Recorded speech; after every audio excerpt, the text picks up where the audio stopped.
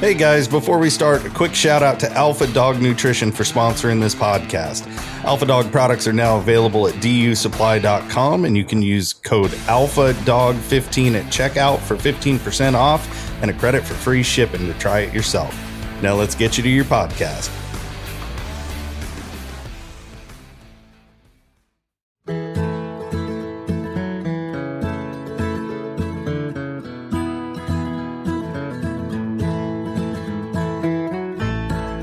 Benny, mate. Hey, how'd you get that guy from Colorado on there? I just sent him a link. Oh, It should already be frozen. you know what he just told me? This is why I brought him on the show. He said there is no snow up there where he lives at 10,000 feet. Well, you know why? It's because the wind blows like crazy, and it's Well- all blown down into Vail, right below there, so they can go skiing. Well, I think it's more because God knows he can't catch shit without snow, so he needs some lions. Yeah, Colorado's running out of lions. They're all in town. Got to go to Boulder. They're all running from Utah. They should be coming over. Oh shit! Robert, Utah's you haven't always been on a had while. plenty of lions. Oh, Yeah, yeah. it's been a minute. I don't know how, but What's new? Utah still maintains their deer population even with their lions.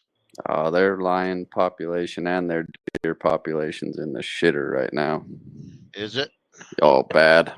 I heard that the lion or the so is that why they're killing out the lions? Because the deer are so bad? Yeah, they're blaming all their management problems on lions instead of all the other factors. Lions are the easiest ones they could go after. So yeah, that's why they opened it up where it's a free for all. They're not even a I guess tag. the coyotes all died out. Yeah, I mean they still have the bounty on the coyotes too. They're still $50 a head, but they have bad winters and everything else like that. Encroachment on winter territory, highways, you name it. Utah has a problem. Plus, they don't manage them well. They over harvest them and up the deer tags and everything else. Well, if it's about the money, they shouldn't have gave here goes. Those guys would buy a tag every time they shot a lion.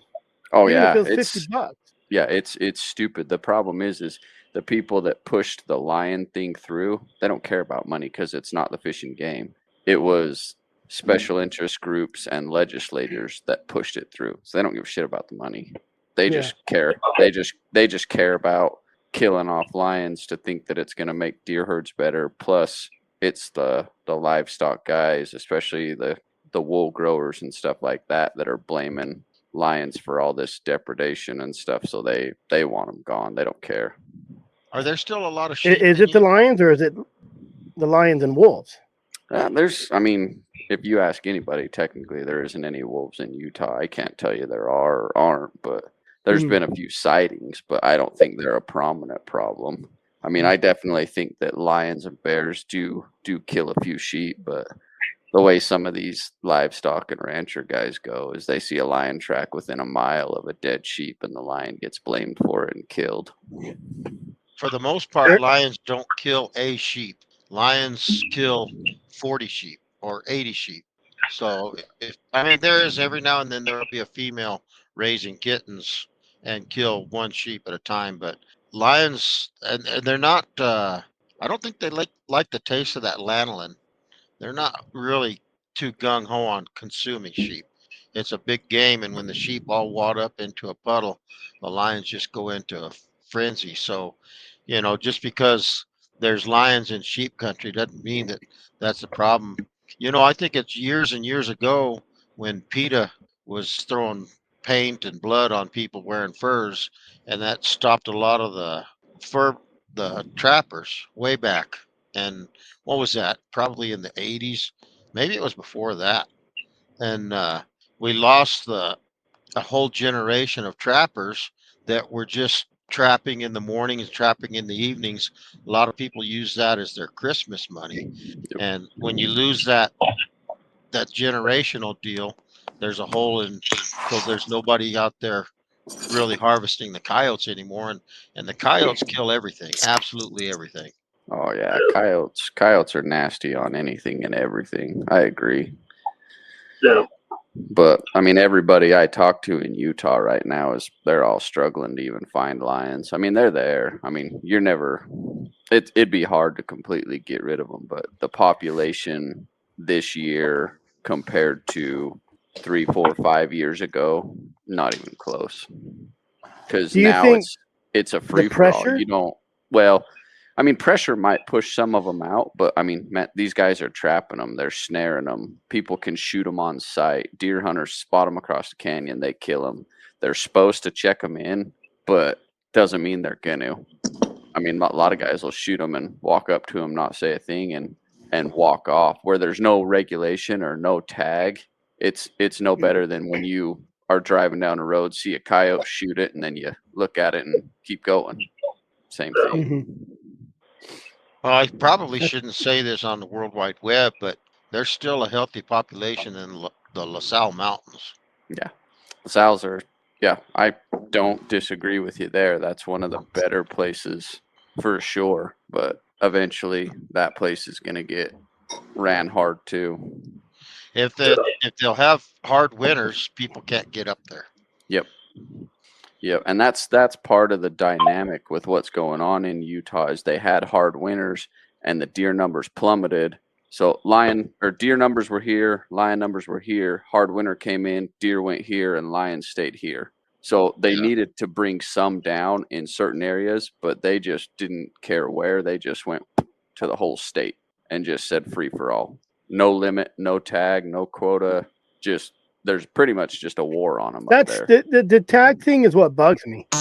It's stupid. The tag thing is what bugs me. You should Like, have to buy a tag. It's At a least protected you can kill as many as you animal. want, but you should still have to buy a tag.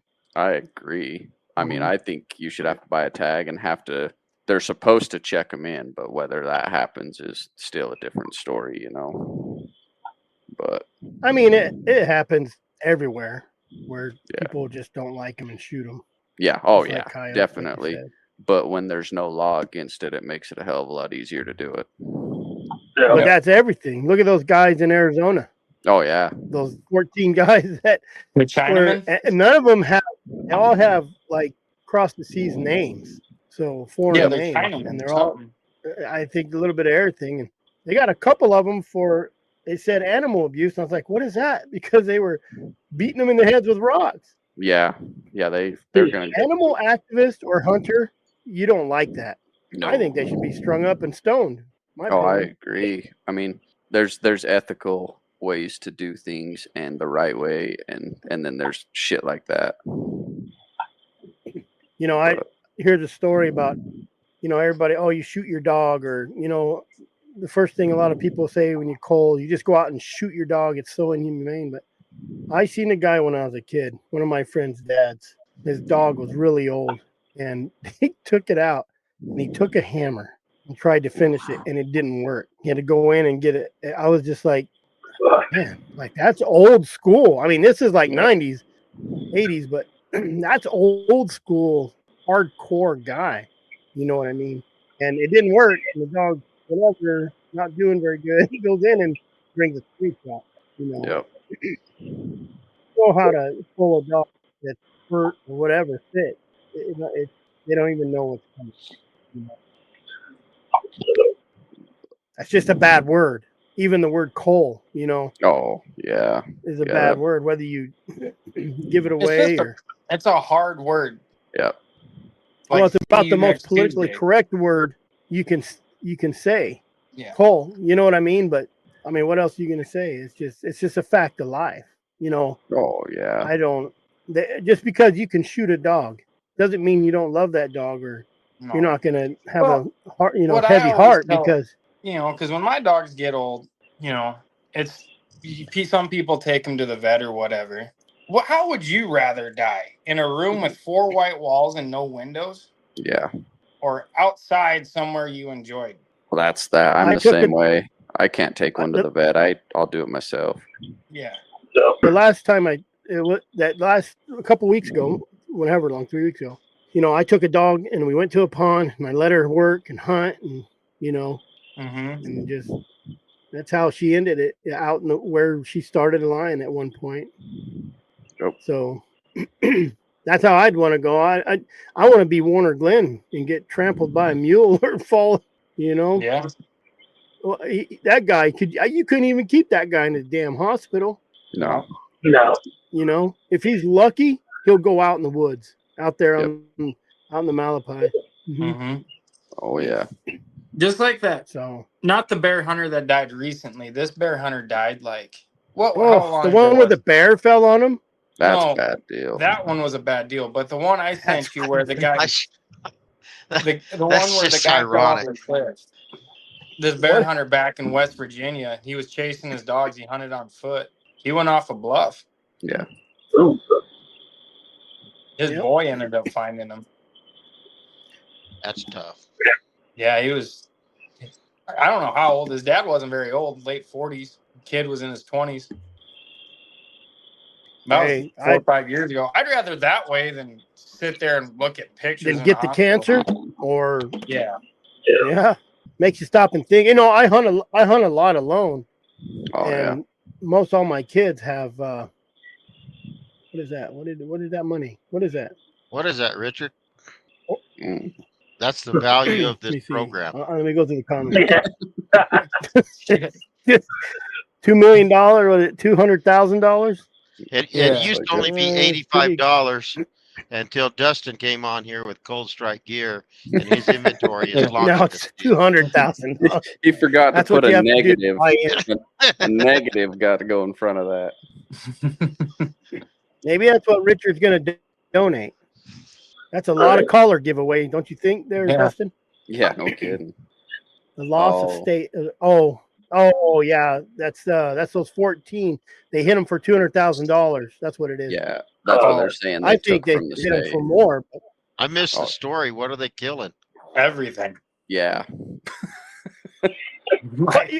you're going to get that. You're not going to get that money out of them. No. They'll do. They probably will do it in jail time. What is it? Yeah. Jail time. Yeah, They'll pay it off in jail time, where we have to pay $70,000 a year for them. Yeah, no kidding.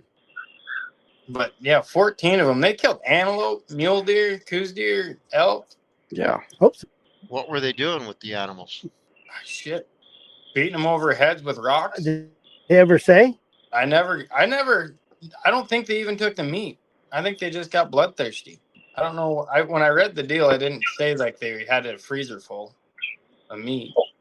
Huh, that's odd. I just kind of scrolled through it. Yeah, I'm just looking at it now. Yeah. Sheep, elk, pronghorn, antelope, deer, javelina, and turkey. Well, Yeah, it doesn't say much on whether they had a whole bunch of meat or not. I mean, it was over the course of 4 years, but... Yeah, but those sheep are high dollar. Oh yeah. Yeah, that's probably what got them in trouble. Everybody cares about them sheep.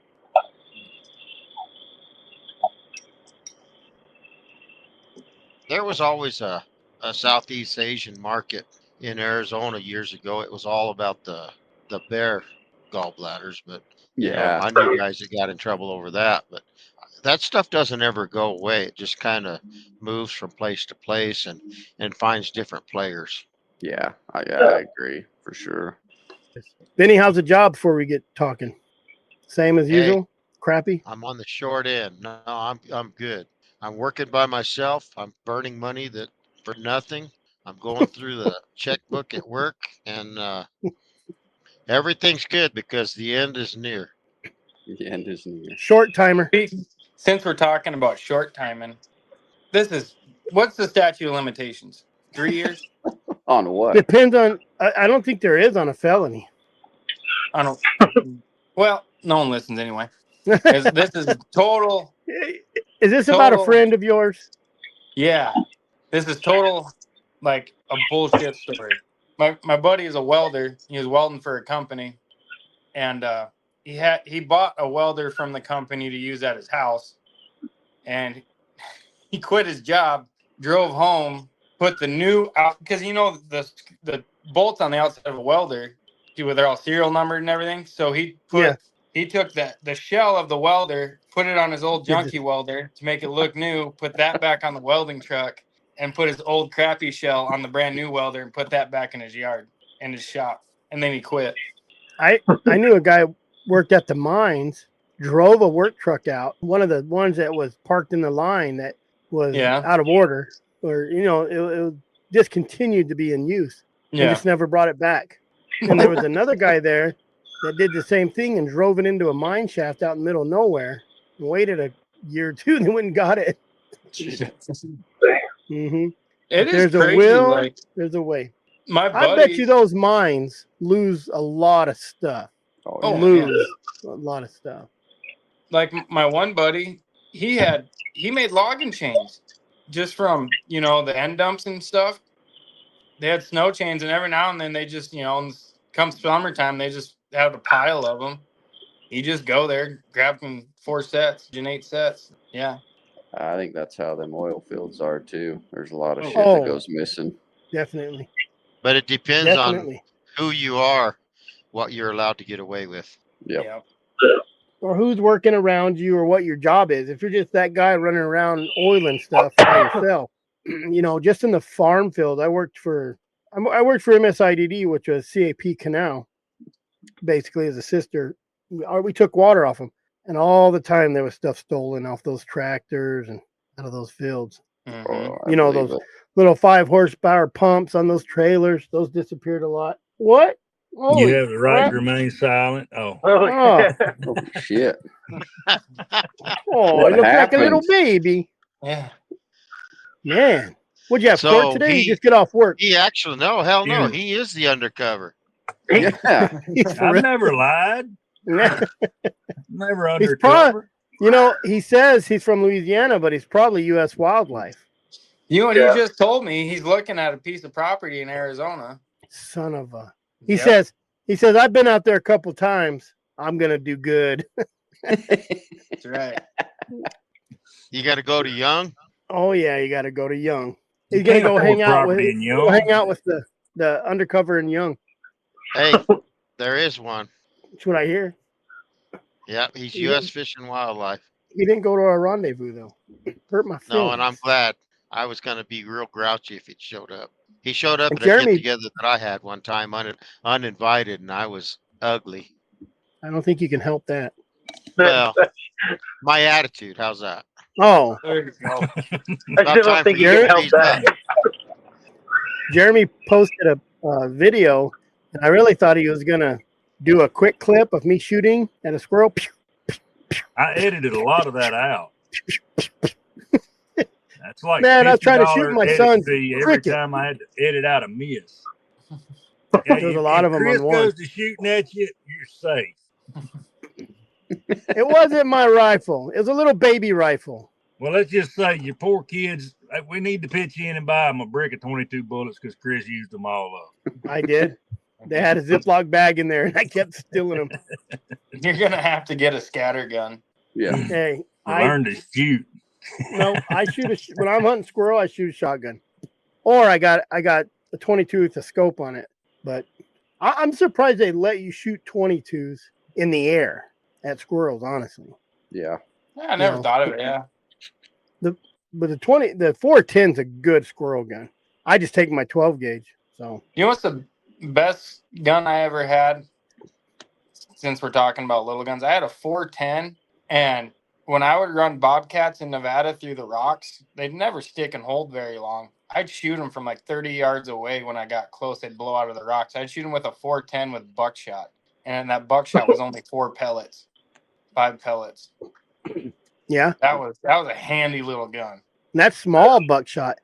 That's only like, what is that? Probably 2-shot or no? It was bigger than 2-shot. It was probably. I think it was like.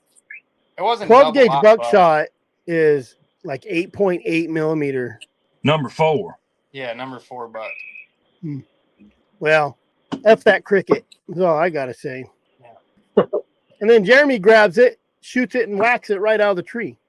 I know. I don't have a red dot. I ain't never shot this one with a red dot on it. I did that because I let a kid borrow it. Works good though. Nice. Yeah. Where'd Benny go? He left us. Yep. About to He's talk probably about going old guys. to hide that welder that Jared was talking about. We had somebody come pick it up real quick. Yep. That was a big What was bobcat you had, Robert. Yeah, it's 34 pounds. Oh shit. That's a Second big one of the cat. season. Yeah. First one I caught this season, it There you jumped go. tree twice and then went up into the rocks and got away. Watched it do a vertical 12-foot jump. Is like, yeah, he's gone. You know, do you think when them dogs lose those cats like that, it's like the lions? Those lions, they'll jump 30 damn feet. Oh yeah. You know, when they're jumping rock to rock and you got your dogs running around them rocks, you know, if they're trying to do that last track and they're not moving out, man, it'll take them a while to catch up, huh, Jared? Yeah, it's Oh, yeah, not. big time. It's cool to see, but it also really sucks to see Yeah. because you know what just happened. Yeah. Yeah, 3 jumps, he's 100 feet away already.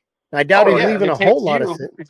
And it takes you 10, 15 minutes to throw dog. Like you'll have to rock climb up, lean down, grab dogs, throw them up over the top of you, you know. So now that cat's running in front of you and he's got 10 minutes on you. Yep. That's pretty hard for you to do because some of your dogs are bigger than you are. Yeah. I got 2 of them that are pretty big. They're about 30 pounds heavier than what I like them at. You could ride that one. Yeah. You don't even need a horse or a mule, just a saddle put on her. There we go. Charlie, That's the Charlie biggest is a skip I've big ever old seen in my long-legged life. girl. I'm with you, Anyway, Jeremy. he got dressed up. Shit. We thought you This went and is a covered good up one. that welding machine Jared was talking about. That's my good tie right there. Well, Yeah. what were we gonna talk about tonight? I forgot what I posted. I don't even know what you Something about- posted. I don't Old think you ways. ever tell me. The old ways? Just, you know. Something about the old ways? Yeah, but I had something really good. Did you Let see me that look it up. 700-pound bear that Purple Heart recipient killed, Chris? That's Just cool as heck. I did. I reposted it on Arizona Dog. That was that was the 11th tag that they sold it at auction. That was the governor's tag. The good old days are gone. Yeah, guy donated it back for a Purple Heart recipient. They killed a 700-pound black bear. What state was that in? That's in Louisiana. So that's they only. How many tags did they have out? 10, and then that was the 11th one that they auctioned off, and I forget what it went for. It was some crazy amount, but anyway, I think they've killed 7 out of those 11 though. 2 500-pounders, Jeez. and then that 700-pounder. So how many? That's all that's been killed so far. Yep. Old Ben Lilly's How long- record got broke this year. How long is the hunt? I think till the end of this month. Yep. Ben Lilly had the only bear on the record books in this state that was killed 2 miles from the house right here. 120-year-old record. How much was that one? I think it was a 21-inch and some change on the skull. It's a good bear. Heck of a Yeah. bear. So That's a thumper.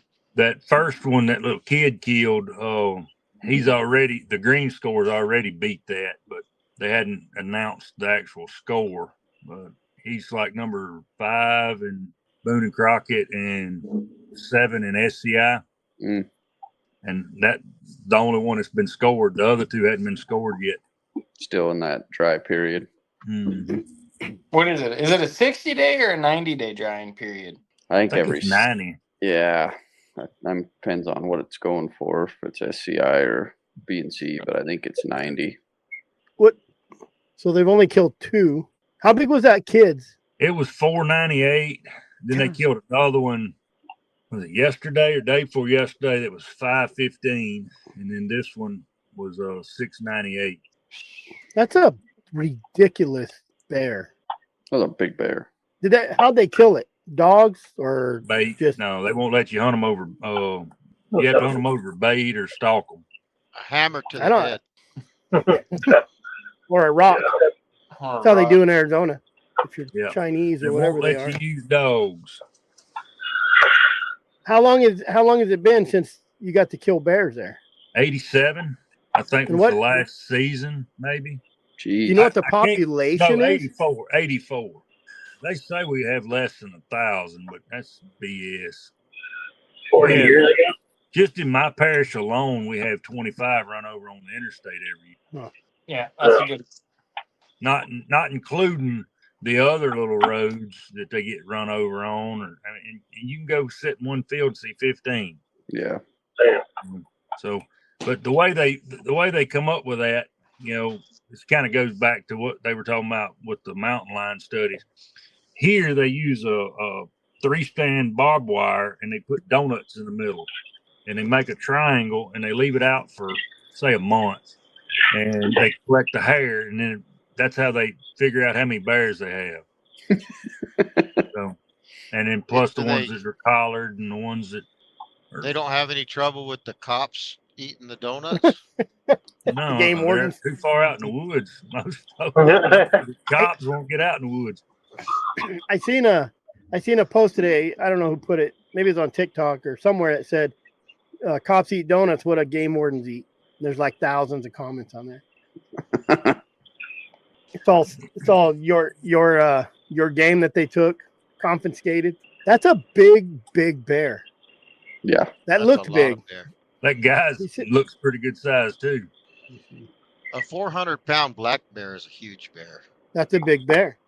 Yeah, so 700, you're getting into grizz country. Mm-hmm. Ours are just obese, diabetes bears. Yeah, it is big and fat.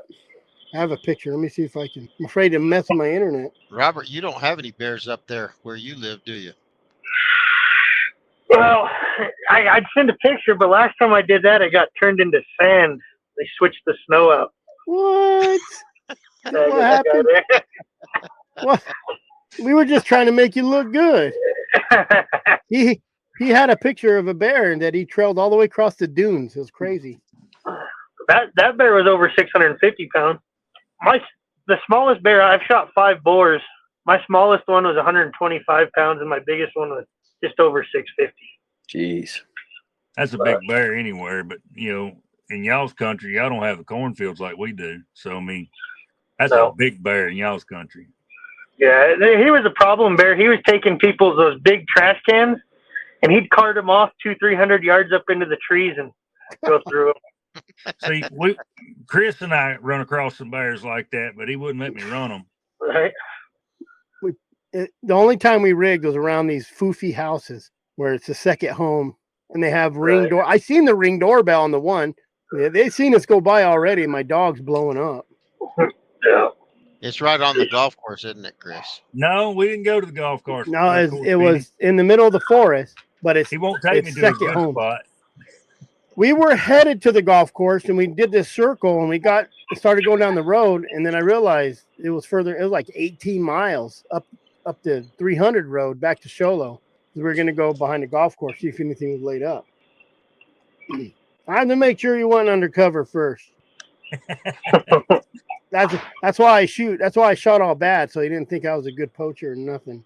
How many hours was it for you to drive out there? 20. 20? Oh, dang. It's a fair shake. Yeah. Trying to find the worst part of Texas. You got to drive all the way across it for a whole damn day. Oops. Trying to find a picture of that bear I downloaded. It's here somewhere. Gosh dang it. Maybe it didn't upload. He sent it to me. I don't know. What's the date? What's the date today? 18th? Yep. 18th. Did I send it today or yesterday? I can't remember. I got it. I'm trying to upload it. It says processing upload. So see if I can find it on my computer and mess everything up real bad. New window. Almost looked like it had a hump on the back of it. Probably a hump of fat. Mm-hmm. What it was. Yeah, they killed a 350-pound one that a friend of mine processed, and it had 6 inches of fat on it. It was ungodly. I'd hate to see what that 700-pound bear looked like. That's a lot of chicharrones. You could sure render a lot of fat and make a lot of biscuits. Yep. Mm-hmm. Yeah. A lot of soap. You know that All works right, I real got it. good on your new Latigos on your saddle too. Yeah, but the problem if you use any of that stuff, them dogs and the mice and everything eat it. Really? There's your 700-pound bear. That's a fat bear. Well, he's corn fed. Jeez. You can't even tell if that's the ass looks like a sow and the face looks like a boar. Mm-hmm. He's so fat. And That's a they politically correct estimated bear. him. They estimated him between 27 and 30 years old. I believe it. And you're telling me there's only 1,000 bears? Because wasn't that kid's bear 22 years old? Yeah. I mean, 2 or 24, I can't remember. I think I have that kid's bear too. The oldest bear I've seen in Colorado, like on that tooth record, like when you get it sealed, was a 39-year-old bear in Colorado. Yeah, but y'all hunt y'all. Yeah, spot and stalk. You still hunt them. Yeah. That kid's bear looks like a short-faced bear. Well, he's a little bitty fella. No, the bear itself has a real short snout. I'm working on it. He's a little bitty kid, though. He makes the bear look way bigger than what it is. So how'd they pick these people? Is it just that you said it was a draw? Random draw. Upload. They gave away 8 landowner tags, 1 general tag, and 1 WMA tag. And how much did they make on the auction tag? Do you know? I don't know, some ungodly amount. I'd like to know what it was.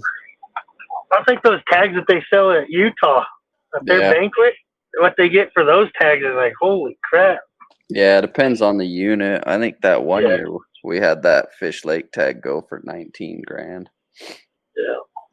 It was some guy out of Arizona Wyoming. has the governor's tag every year it's statewide for whatever animal they're auctioning off. Yep. That thing looks like it's just a head on that. Man, blubber. Look how short the snout. That thing almost looks like he's got a bigger skull than the other bear. Yeah. And look at those like humps on their back. Yeah. Yep. Both of them have that fat hump. Maybe they're part grizzly. That's part Bramer. Yeah. Well, they imported them from Wisconsin. Maybe.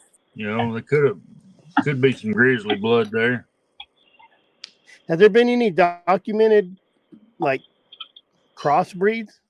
Just polar bears. Yeah. Polar bears and grizzlies. I think grizzlies eat black bears, so I don't think that's too much hybridization there. Yeah, they'll kill them. No. But out of my bears, my 300-pound bear had the biggest skull. It was over 21 inches. Yeah, 880-pound black bear. God. Oof, that's huge. Yeah, just that's probably in North Carolina. This is a sad deal. Yeah, that's a bad day. Last week in Virginia, a guy shot a bear out of a tree and fell on his buddy and killed him. Yeah, the guy was in the hospital for a while, and then it finally got him. I think he was in the hospital for at least a few days before he died. Mm. They treat it. Guy shot it, and it come out and landed right on one of the guys. That's why you don't stand under the tree. That's why you tie your dogs back. Yeah. I don't know the whole story. I just know that much of it. Did he jump? Because when those bears come out, I couldn't imagine. I mean, what do they call them? The dead man tree or widowmakers? The widowmakers. And you look for any of just little branches up there. Yeah, I do. That's the first thing I think. And I've told people I'll buy their bear fat off them because those guys, no one saves it. And I do. I cook with it. I make bear fat with it. The only thing I don't do is I don't grease up my chaps or saddle because them mice will chew the shit out of it. You got to mix it with pine pitch. Mm-hmm. Yeah. And the dogs, you can't. Those dogs will chew it too. You got to mix that bear fat with pine pitch and then the toilet seat O-ring wax. Render it all down together and then pour it into styrofoam cups and put it in the freezer. And just use that just like that? Just like that. You get the heart, just like you get the Buddha oil bricks and then you just rub it on whatever. Waterproofs, everything. Wow. Yeah. Like I used to carry when I bear hunted, I used to carry little empty jerky bags with the Ziploc. And I just, you see a cedar tree or a pinyon tree bleed. Yeah, bleeding a little bit, bleeding some sap out, and you just break it off and throw it in that jerky bag, zip it up, throw it in your pack, and keep going. He'll carry that stuff, Chris, but he won't carry water. He knows what's important. Yeah. Long He as, needs, long as I He was have wanting my that bottle of oysters. water I give him. Yeah, the one day I did bring water. It fell out of my pack when I pulled it off the rig rack. We get a mile from the truck, and I'm like, I have water. Well, when you thought you had water, you got thirsty, and then you looked for it, and it was gone. And Yep. Skylar's somebody. He was going to charge you for a bottle of water. That's true. He was. Some friend he is. $2, like at a concert. Mm-hmm. It's expensive on the $8 bottle mountain. of Yeah. Hey, where is it? Is it in? It's in one of those eastern states where they have those bears that get on those lakes. They're coastal bears or something, and they just get absolutely huge and fat like That's North that. Carolina. North North that- North Carolina. Carolina. I mean, Yeah, that's they- not even tree and stuff. Those No, big they- bears, they don't hibernate. tree. Oh yeah, they do.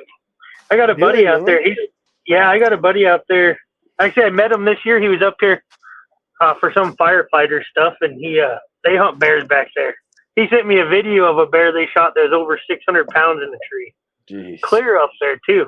Could you imagine the thud that makes when it hits? Oh the yeah. ground? Oh, Big bounce. Oh, it would geez. break. It wouldn't bounce off branches. It would just No. plow through branches.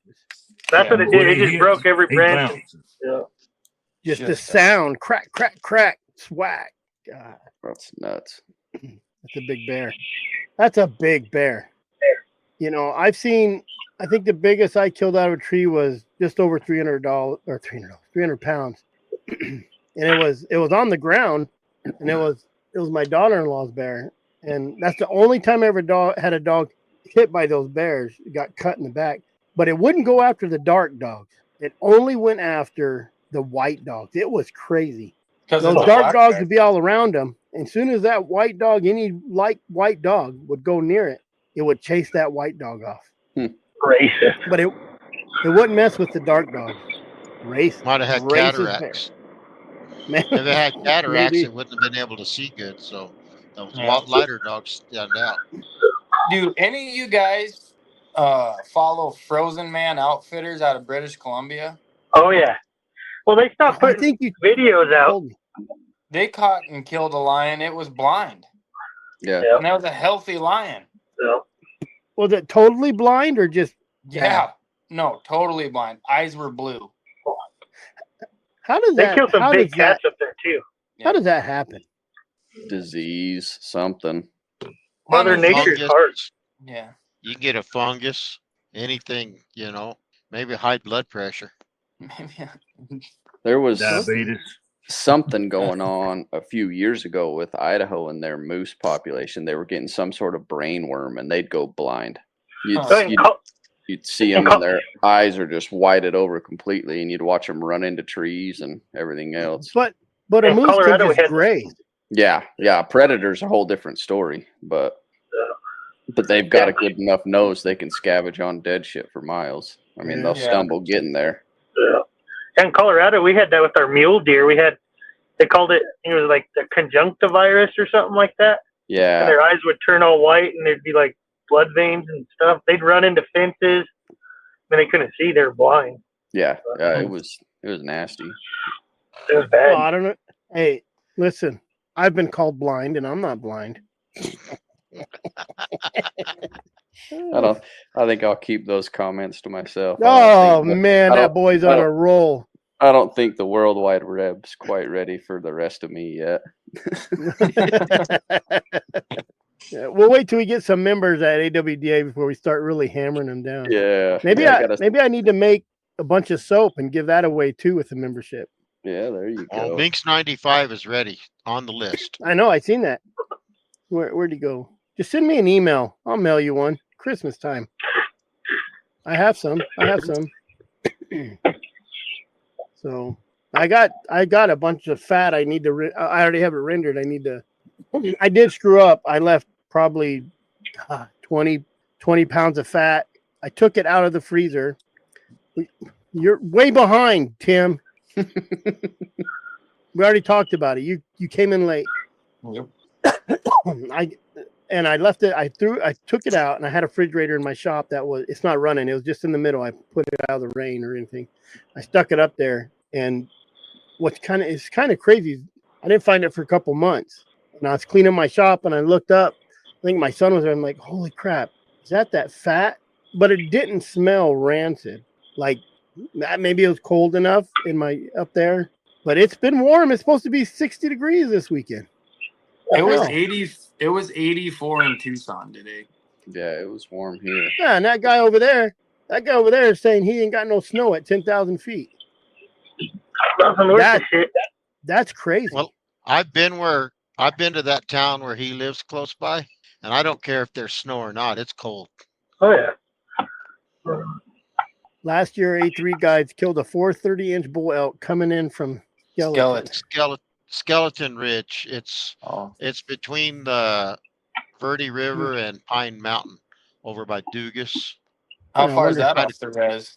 Close to Childs. Well, I'll just be quiet. I'll be quiet about them guys. They've had some rough luck this year. Yeah, they have. I just wonder how they killed it. Like, did they fly over and find it? And I don't know. Anyways, drop a flare. Well, I'll tell you what. If you get up on Pine Mountain and you go out to the eastern edge to that rim, and you look off the Skeleton Ridge, anything that traverses up and down from right there deserves to grow old. Do you think that when you get that stuff that really travels up and down that hard stuff, you think that meat's any good? Too tough? Or you think it's better? I've asked that question 100 times to people. I've never noticed a difference, I guess. You know, I don't get any different. Well, I've eaten beef that come off of the Buzzard Roost Ranch, and it was fine. I don't think it's so much where they travel and that it's what they eat. Yeah, what they're eating. There's a rancher in Nevada. I'm pretty sure my dogs wouldn't even eat his cows. I mean, what is he feeding them? Septic tank or what? Oh, dude, his ranch is in sheep country. I mean, they have to eat rocks to survive. Jeez. And he never pulls his bulls out. They are what they are, and they're free range Texas Longhorns, and they are 600 pounds, 700 pounds, all hip and ribs, the ugliest looking cows you've ever seen. And he sells them to some high dollar chef in California as free range grass fed Texas Longhorns. Jeez. Longhorns on their own are not very damn tasty. Yeah. Now just imagine all they can do is lick a rock. Yeah. They are some of the most ugliest look. I had a lion hunt out there, and you'd see some of his cows, and you're like, God, you look terrible. Hey, it's just true right here, huh, Jared? None of our units have closed down, and it's almost January. Yeah. I didn't see none. I haven't checked it since Jeremy been here, but the southern unit, they've killed 27, but I think like 18 of them been from freaking deer hunters during Coos deer season. And that starts over in January, right? No. May 30th. You should. Your tag-ins in December. Tag-in December. Mm-hmm. When is javelina season in Arizona? It's actually all year in a couple units right now, right where I'm sitting right now. I drive by this nursery every time, and if I see one, I'm gonna whack one. Oh, like down by Tucson. You can buy an archery tag right now. Come January archery's 1st. Over the counter, right? Archery's over the counter. And then I think right now you have to put in. When do you put in for the spring hunts? Is that over already? I think it's over already. The ham hunt. I never do the spring hunts because I hunt bear in the fall anyways, and I don't hunt turkey much. I do I'm an over the counter hunter. You guys could come to Arizona. Well, you can't because we don't want you here. But you come to Arizona and shoot turkey over the counter, elk over the counter. I'll take you and get an elk. It ain't gonna be. It might be a big one. I have an area. If I guide this year, I just tell my dad I don't know if I'm getting my guide license, and he's yelling at me. He says I should. If I do, I can sell. I can sell some elk hunts, but I won't sell them to anybody local. It has to be someone out of state because it's in a very discreet area, and I don't want no one in my backyard. I'll be honest. I'm one of them guys. I own this country. I own that area behind me. Yeah. You have to be. It's when I hunt some of these areas, you really got to know where the houses are because those people is. Ready to get my email? Let me know. No, that's fine. That's fine. Links. A lot of these people are people that are moving from other states and they buy this cheap property and they go out there and live off grid and they whine a lot. But my son shot an That was elk. me for a year and a half. I was trying to leave you out of this, out of state. I haven't found any cheap property. I'm looking in the wrong department. Well, I I saw mean, Benny. there's no power water. You can come right here. I can find you cheap land, 40 acres, 40,000. But it's bad roads and it depends on how you want to live. Like it'd be good for Jeremy. We're just come and visit. And if he buys it, I can just move all my stuff over there and live on it until I know he's coming and then leave. I'll watch it. He has enough stuff to fill it, Jeremy. Yeah. I do got a lot of stuff, man. I'm running out of room on 5 acres right now. Plus, I got more stuff over in Winslow, Arizona, on my other 5 acres. I told Jerry today I was just going to buy that $3 million property down there by him. Mm-hmm. Over there by Young, you can buy it by the square foot. Yeah. Oh, I looked at some properties in Young, and because that Rockstar, whoever it is, I don't remember who it is, bought land over there. Everybody thinks that their property's worth that much. The place to buy in Young right now would be the old gas station and the house that goes with it. That gas station up on the hill, it's a time capsule. Those two brothers owned it and they died. And it's still got the visual pumps. It's still got everything up there, just exactly like it did when they were there. How much are they asking for that? Isn't it 700 or? I don't know. I haven't looked into it because I'm scared. That brings back memories to when I was a teenager riding dirt bikes. That's where we gassed up our motorcycles, and those brothers would gas up off those visual pumps. Well, there's cheap property, and it's the smaller the tree, the smaller the price. The higher the tree, higher the price. Yep. Dustin knows. I told Dustin when he's moving down here, I said, I'll look around, and gave him a realtor. And man, he just. Yeah, if you want to live in the cedars, you can get cheap land. Yep. And it's not bad. You trim them cedars up, they're all right. And I don't like people. I live in the cedars. And they call all those really crazy people east of Snowflake, the Easties, cedar rats, Concho cedar rats. Okay, that's no joke out there. Let me tell you a story about it. My cousin's a rancher. I yell at him for not carrying a pistol, at least hideaway pistol, but he's had guns pulled on him. But my cousin's crazy, half Mexican and half Irish, and he's just like, effing shoot me, stupid son of a bitch, shoot me. And now he drinks coffee at that guy's house. But the rancher that's in my area, real close to it, he had a guy shoot all of his cows. He shot like 9 of them, not all of them, 9 of them. So they had this beef together. Well, the ranchers at the guy who shot his cows, he's at his friend's house. This guy shows up, walks up to the rancher and says, like, this is your last day or you're going to die today. And under his trench coat, he pulls out a shotgun, and his friend, the guy who shot the cow's friend, stood up and shot the guy before he shot the rancher.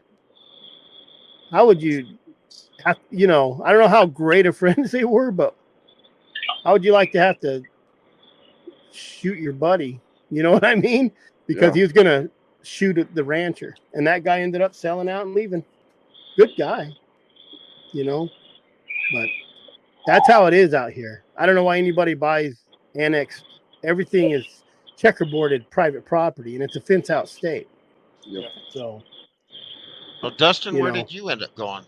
Right now I'm in Peoria just for a moment till I can get out of here.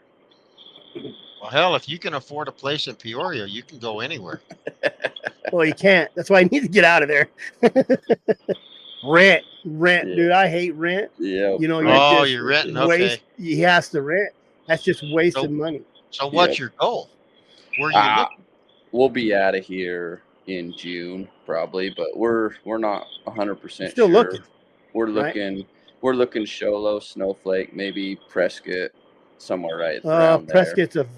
Prescott's a very Uh, liberal shithole. Prescott's Half this state Hippies. is liberal.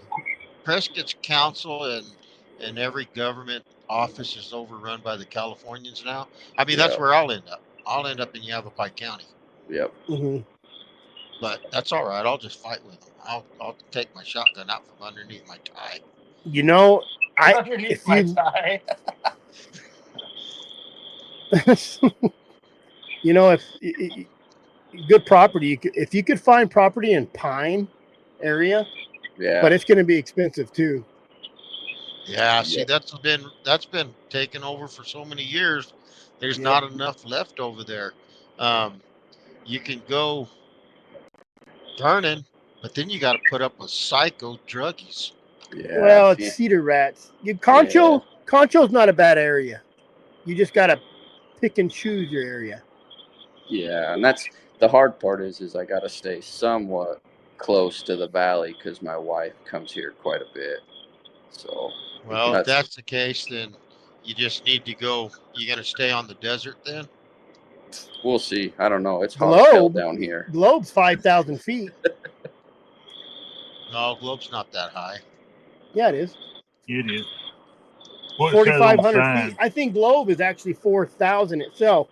And then you get up like by Seneca Lake and all that area. You're close to hunting. Yeah, you get out there on the mountains around, but you know, Miami.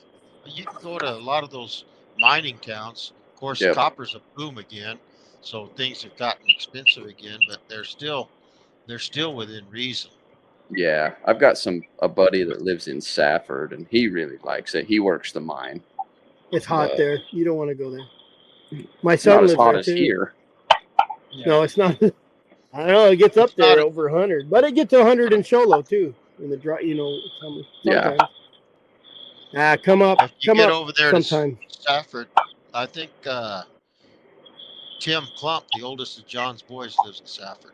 hmm That would be They got entertaining. That in itself. What do they got there? What have they got in Safford? Don't they got a? It's Ranch. mine. Yeah. No. They got, but don't they have like a? They have different. Those guys are doing everything. Yeah. In Safford, it's a ranch. Tim's on a ranch. Oh, okay. Well, Ryan, The best vet in Arizona is in Safford. For who's hound that? dogs. I forgot her name, but you just found her. I just found her this year. But 'Cause I doesn't go- Derringer take his dog there? Yeah, Sam takes his dogs there and Scotty. But the old Mexican guy that's my vet in Nogales, he's like, I can't operate on your dog. I'm not good enough. And I won't send a dog to Tucson. They'll a $500 surgery will cost me $3-4 grand in Tucson. So I Used called to my be the buddy best. and I was like, where do I go? And he's like, I'd go to Safford. So I was there. And yeah, she's a great vet. Reasonable. Used to be in Payson, but he's old and he's gotten crotchety, but all the hound guys went to Lorenzo, and Lorenzo's think I've still ever in took my business, but dog there. Lorenzo was a lion hunter too, so he kind of fell in with all that crowd. Yep. Ever since they came fascinating. out with gorilla tape, I hadn't had to take my dog to the vet. That gal in Safford, she's fascinated by hounds. Well, she even wanted to study yours after he died. They sent that dog. So the dog died. She did an autopsy on it. Lungs and everything, lungs and heart were full of scar tissue and bruised up real bad. Old wounds, right? Yeah, they either happened beginning of this year at the very end of last season. She said she probably went off a bluff. And they sent her, I haven't heard back, but she sent that dog off to New Mexico to go get studied. New Mexico University, whatever it is, University of New Mexico. University of New Mexico's in Albuquerque. Yep. What is there to study about a hound? They're tough. That's all. Well, you know what? if you have a hound that lives 10, 12 years and you've hunted it like dirty, I would be curious to cut him open and see if there's any scar tissue or, because those dogs, sometimes they're hurting. You don't know it. You know what I mean? My bone dog, he died last year in February. He was 11. And he had an ocotillo thorn in his eye for a year and a half. I saw his eye boogering up, and I put some antibiotic cream in his eye, and it cleared up. He wasn't scratching his eye anymore. And then one day, I went out and looked at him from feeding, and he just had a small white dot in the center of his eye. And I looked at it, and the cornea is the black part of your eye, right? I don't know. Well, Isn't that the pupil? Yeah, pupil. yeah, but your whole cornea is right, the outer layer, right? The dead center in the black part of his pupil, the black part of his eye, ocotillo thorn in it. When I hit it with a flashlight, you could see the thorn in his eye. Makes me cringe. And he had that in his eye for a year and a half, and it bugged him in the beginning, but then, I had him on a week of that eye ointment antibiotic that I had, and it cleared up, and it never bugged him again. He didn't itch it, nothing. All right. These MMA fighters take a knuckle. Yeah. They take a knuckle to the eye, and they all cry. Here's some education. The cornea is just like the outer, not the lens, but the outer part of the center of the eye there. Like I guess the glaze. And that would probably be the iris. Right in the middle is your iris.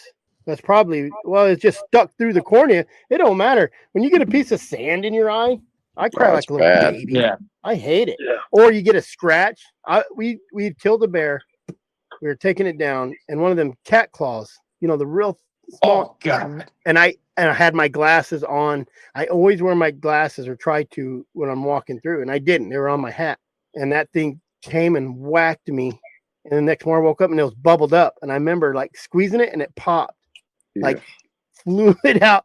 Mm-hmm. Oh boy, the weirdest feeling. Anyway, I used to take my dogs to a vet between Las Cruces and El Paso, and I was always looking for a vet that wasn't a bleeding heart, that, if I decided the dog's not going to get any money spent on it, I'm going to take it home and take care of it myself, I didn't want any crap. So I found this vet, and he told me, he said, I love working on hounds. He says, yeah, bring your dogs over here. He says, I had a guy that had a hound for a pet. He was just his house dog. And he told me something's wrong with my dog. He's off his feed. He said, so we ran tests. Nothing happened. Couldn't find anything. Nothing showed up. He says, but my dog's still off his feed. You're going to have to figure out what's wrong with my dog. He's not eating. He's off his feed. He said, and this went on for 5 days. He said, and finally I told the guy, well, the only thing I can tell you is I can cut him open, but I don't know that we'll find anything that way. He says, well, you got to do something. He's not right. He said he cut that dog open, and he had a tumor the size of a softball growing in his abdomen. And the only thing he did, he says, he got off his feed. He says, I cut the tumor out. When the dog woke up, he was bouncing around in the vet's office like, roar, roar, roar, roar. He said, hell, that had killed everybody's poodle. Oh, yeah. Hounds are tough. They wake up looking for somewhere to die. Yep. Yeah, we used to have a good vet up in northern Colorado. I had one of my dogs get into a hibernated bear, and the bear got my dog on the back, took it to the vet, and it needed like 60-something stitches. And then pain medicine, the vet only charged me $70. Stitched him up, everything, and looked at him afterwards. Just a good old vet. I had a vet that would give me bottles of Rompum or whatever. So I don't know what it was. I just went through a spell of porcupines, and you just take a little half cc and shove it in their vein and knock them out, long enough. It don't take long to pull porcupines if they're out. But I've held dogs down, 4 big dudes holding a dog down. When them dogs don't want to be held down, they don't want to be held down. Man, Rompum, you could have paid for everything. That's old school, Chris. Yeah, you would give me a bottle of it. That's 4-way window pane, LSD. There's stuff. To get a vet to give you anything anymore is There's a vet in California, and I had a dog. He had a piece of a lion claw in the back of his jaw, and it swelled up into a softball. And you lance it, it'd go away. He'd be fine for a week, and then it'd come back. So finally, we ended up taking him to this vet during a hunt. I drove to California and took him to this vet. My buddy told me to. And she saw I was a hound dog, and she's like, "You're from Nevada?" And I was like, "Yeah, I'm hunting lions in Nevada." And she's like, she gave me 100 pills of Caflexin for $40. What is that? Is that like Antibiotic. Just Oh. it's that's 90% of the antibiotic I get nowadays for the dogs is Caflexin. And for the normal stuff, nothing crazy. Shit. The old days you used to get on Jefferson and get all that stuff. Mm-hmm. Well, I Now remember when I first started lion hunting, you could buy fish mocks online. They used to go to Walmart and buy fish mocks and fish shilling. Now I think they pulled it all. Well, Jared, can't you go to Nogales and get whatever you want? Yeah. I think so. I know there's a veterinarian in Nogales. Hang on, guys. Hang on.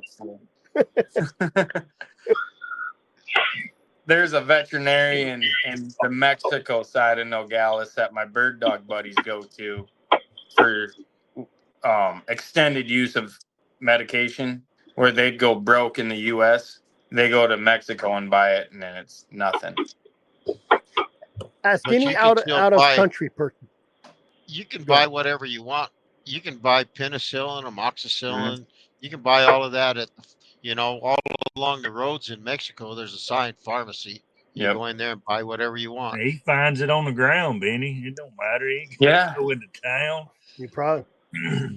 I think I told you guys Some that of we that might have chicken found, goat that y'all was talking about earlier. Yeah, we might have found some booger sugar in the mountains this winter. And he dumped it out. He dumped it out. Well, we had to smell it to see first. Had to cut the bag open. It didn't taste good, but it sure smelled fine. It smelled like it. Yeah, my gums went numb and I thought my teeth were falling out. Yeah. He chased that lion for 4 days. Yeah. 9.5 hours. Yep. Was Jeremy with you on that? No, that was just before me I and got Skyler. there. We're on the drug side. We're on the drug side of Nogales, where they smuggle a lot through. Listen, it might be illegal to sell drugs, but it is not illegal to sell a map with an X on it. Is all I'm saying. That's all I'm saying. Hey, I could do could pretty you good in imagine? Tucson. Could you imagine pouring a bunch of that down the gizzard of a alligator over there in the swamps? I'm sure there's Like that- several that have tried that, Benny. Like that cocaine bear? Yeah, like the cocaine bear. Well, I guess we could Mama talk said about. he's ornery because his mandibula oblongata. Yeah. Mama says.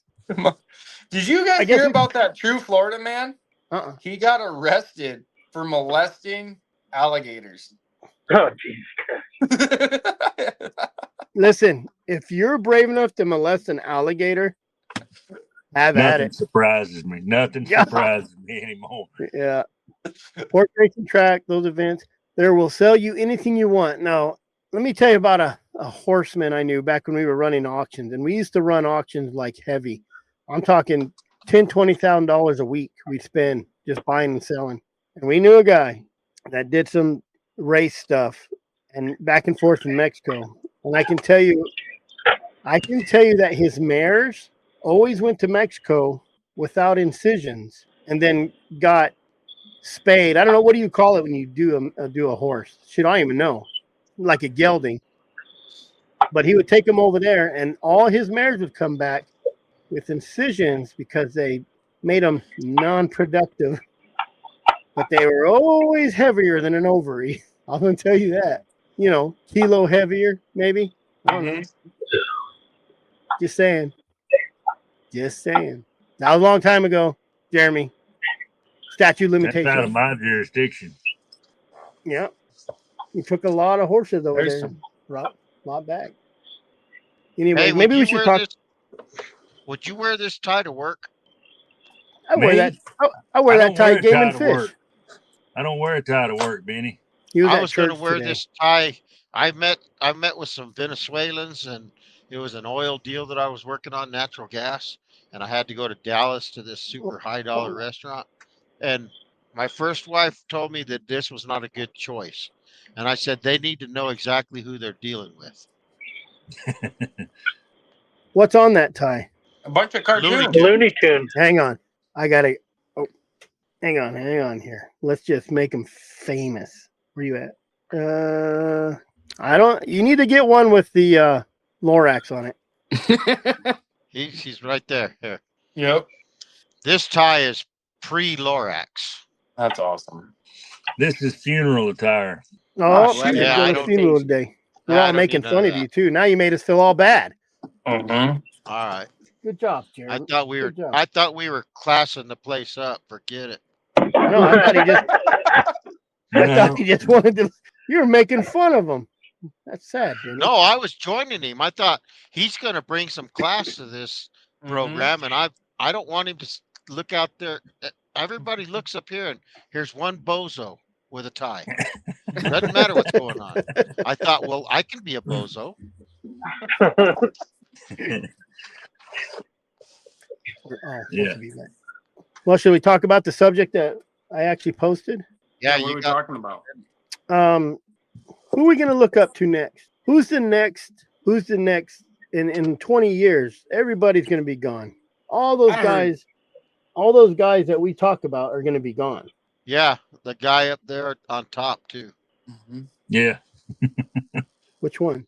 Oh, me? in the middle. Maybe. Oh, Robert. It's gonna be an avalanche too. Yeah. The first cat I was around we killed back in 2010 is a 192-pound tom. Jeez. And it took us into a chute, and we ended up in an avalanche. And the guy that I was with that got me started, he was ahead of me. When the avalanche hit him on the back, it shoved him under a tree that was down. That's the only thing that saved him. And he was right at the base of this tree. The cat's only 8 foot above us. And I was like 13 at the time. So I get there and I'm looking at the cat, not paying attention to him under a tree. It was a little scary. That's a bad situation. How'd you get him out? Well, luckily I got his backpack undone and I could pull him out underneath the tree the other side. Oh, dang. Jesus. So See why well, maybe you snow should. Why? That's He why said, see why snow sucks. Oh, yeah, that's exactly why. good. Oh yeah, we got Hold issues. on. I want to clarify something. Didn't I hear somebody say they needed a little just light dusting? I'll take I mean, I'll take some of that dusting. I don't care. That But guy now- over there? yeah. Now that Me. Jared said you need to go hunt the snow, I said, you're right. I'm gonna go hunt the shit out of snow. I'm gonna close down units like everybody else does, and it hadn't snowed once. I haven't hunted my dogs in the snow for a long time. I It's hunted gonna snow. yesterday. All I found was a dozen freaking stinking ass bear tracks. Oh, let's show your find. It's Rowdy. gonna snow in Oh. Tucson the first of the year. I gotta go out to the garage right. to get that. No, 'Cause that's where I I'll got a be. picture. First of the year. Oh, you're gonna be in Tucson? Yeah, I'll be there from like the 3rd to the 12th. Right on. What Why do you why hunt don't or you- what? Just going to visit family. Oh, all right. Well, hit me up. I'll be out. Bring them dogs Yeah. down. So yeah, sounds good. I'll be out. Just get ready to walk. True. Just do what Jeremy's buddy did. Just sit there and wait in the Right. side by The truck. side. He's good at that. No, hell, I like getting out and walking. I won't have to walk in snow, so that'll be nice.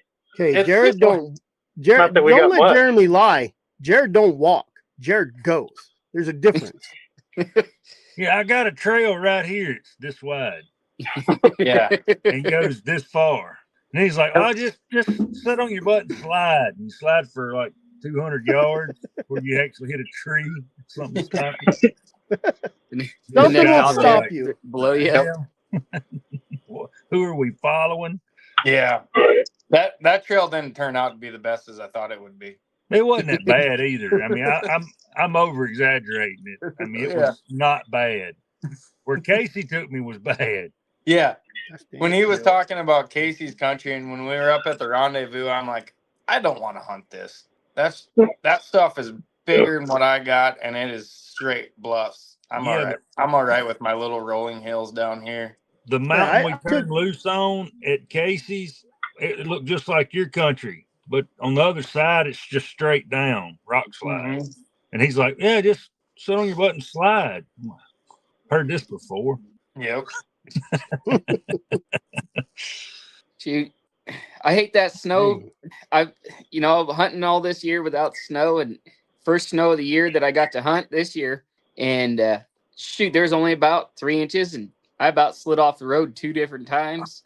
I was frustrated. I had to Yep. stop and get the shovel out and scrape all the snow off the road so I could get up around a rock where the bank had sloughed off, and it dropped a big old rock that was about 3 foot around in the middle of the road. So everybody was driving up on the bank to get around it. As soon as I started going up there, the whole front end of the truck goes Right. ended up my rocker panel on my truck.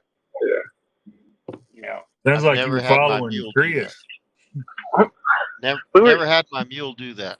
They always Right. stay right where I point them. I drive a big Past side by the side. dead.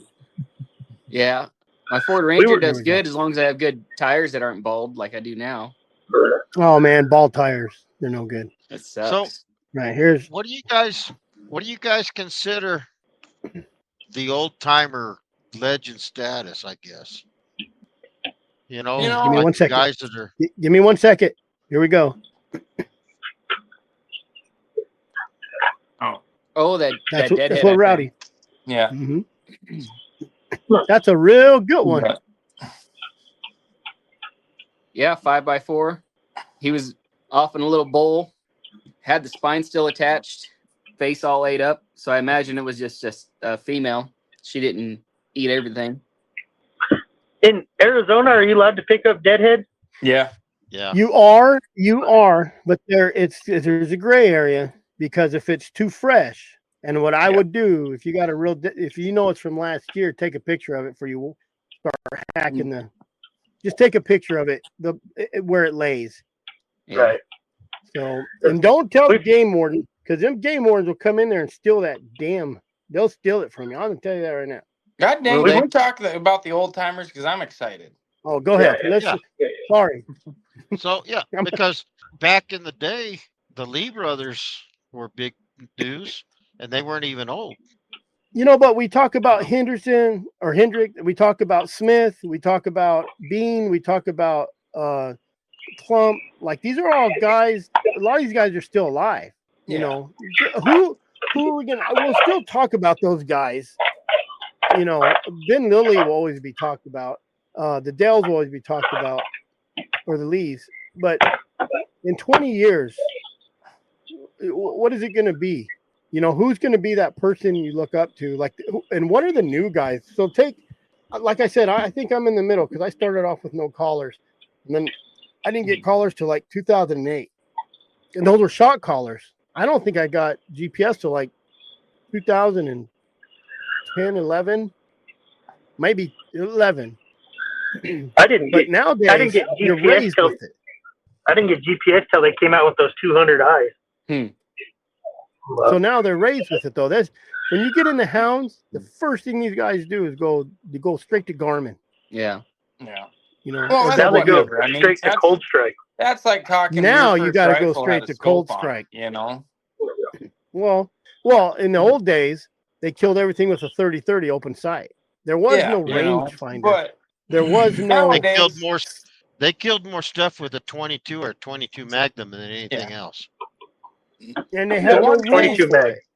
the one thing that makes the greats is because they're consistently good. And there was very few limitations of how you could do it. Hunts for your, you could go up and rope a lion and then let it go Yep. or keep it. How many Keep it, lions train did your dogs. Vance Yeah, exactly. have? Tie a chain to its leg. Yeah. You didn't drive around town with a lion in you. You can't do that these days. Yeah. You can't have a lion in your garage. I don't know. To me, I think of like the Whitaker brothers. I think of like Jeff Allen. Jeff's old. Well, he ain't that old. For me, I think of like What bigger is he, like staff. 60? Yeah, bigger staffs. He's in his 60s. Is he in his 60s? Who's up and coming? There's a that's couple my young point. guys in Arizona. Yeah. You know, is There- Jared going to be the next Ben Lilly? Who's that kid you No. talk about all the time? He's a good kid. Clayson, he's a catching son of a gun. Grady's another know? really good one. And- They're all in their 20s, but it's hard. You know, my best lion years, I was in my 20s. I didn't care about my job. I didn't care about putting anything in my 401k. I didn't care about having a house. I didn't care about anything. I just cared that my truck ran and my dogs caught. Yeah. I heard it. You know, I heard a guy say this once. Why are you guys trying to retire at 60? What you should be doing is going out and having fun and doing it while you got your 20, 30, and your You have 40-year-old to. heart. And then You when have you're 50, go get a job when you're 50 or 60 and yeah, work. you have to. You know, I'm, because I'm shooting for 50, and then I'm just going to be on horseback and muleback 5-6 But- days a week. I'm with Rowdy. it's So Well, firefighters don't know how to do much other stuff. Come on. I don't I even know how to help do firefighting stuff, but I still get Hell, paid for it. I got 7 more years and I can retire. So Yep. I You help know, concrete Trevin get all winter saying- off. but Have y'all The- ever the- taken dogs to hunt in the snow that have ever it or never it? yeah, Never Well, I've never never hunted seen in it. Oh, never I've hunted it? taken- I did. have. I Well- took dogs and I had 2 lion tracks that were fresh, and it took about 20 minutes to get my lead dog lined out to teach him how to go from track to track, because he put his nose in the track where and there was about 6 inches of snow.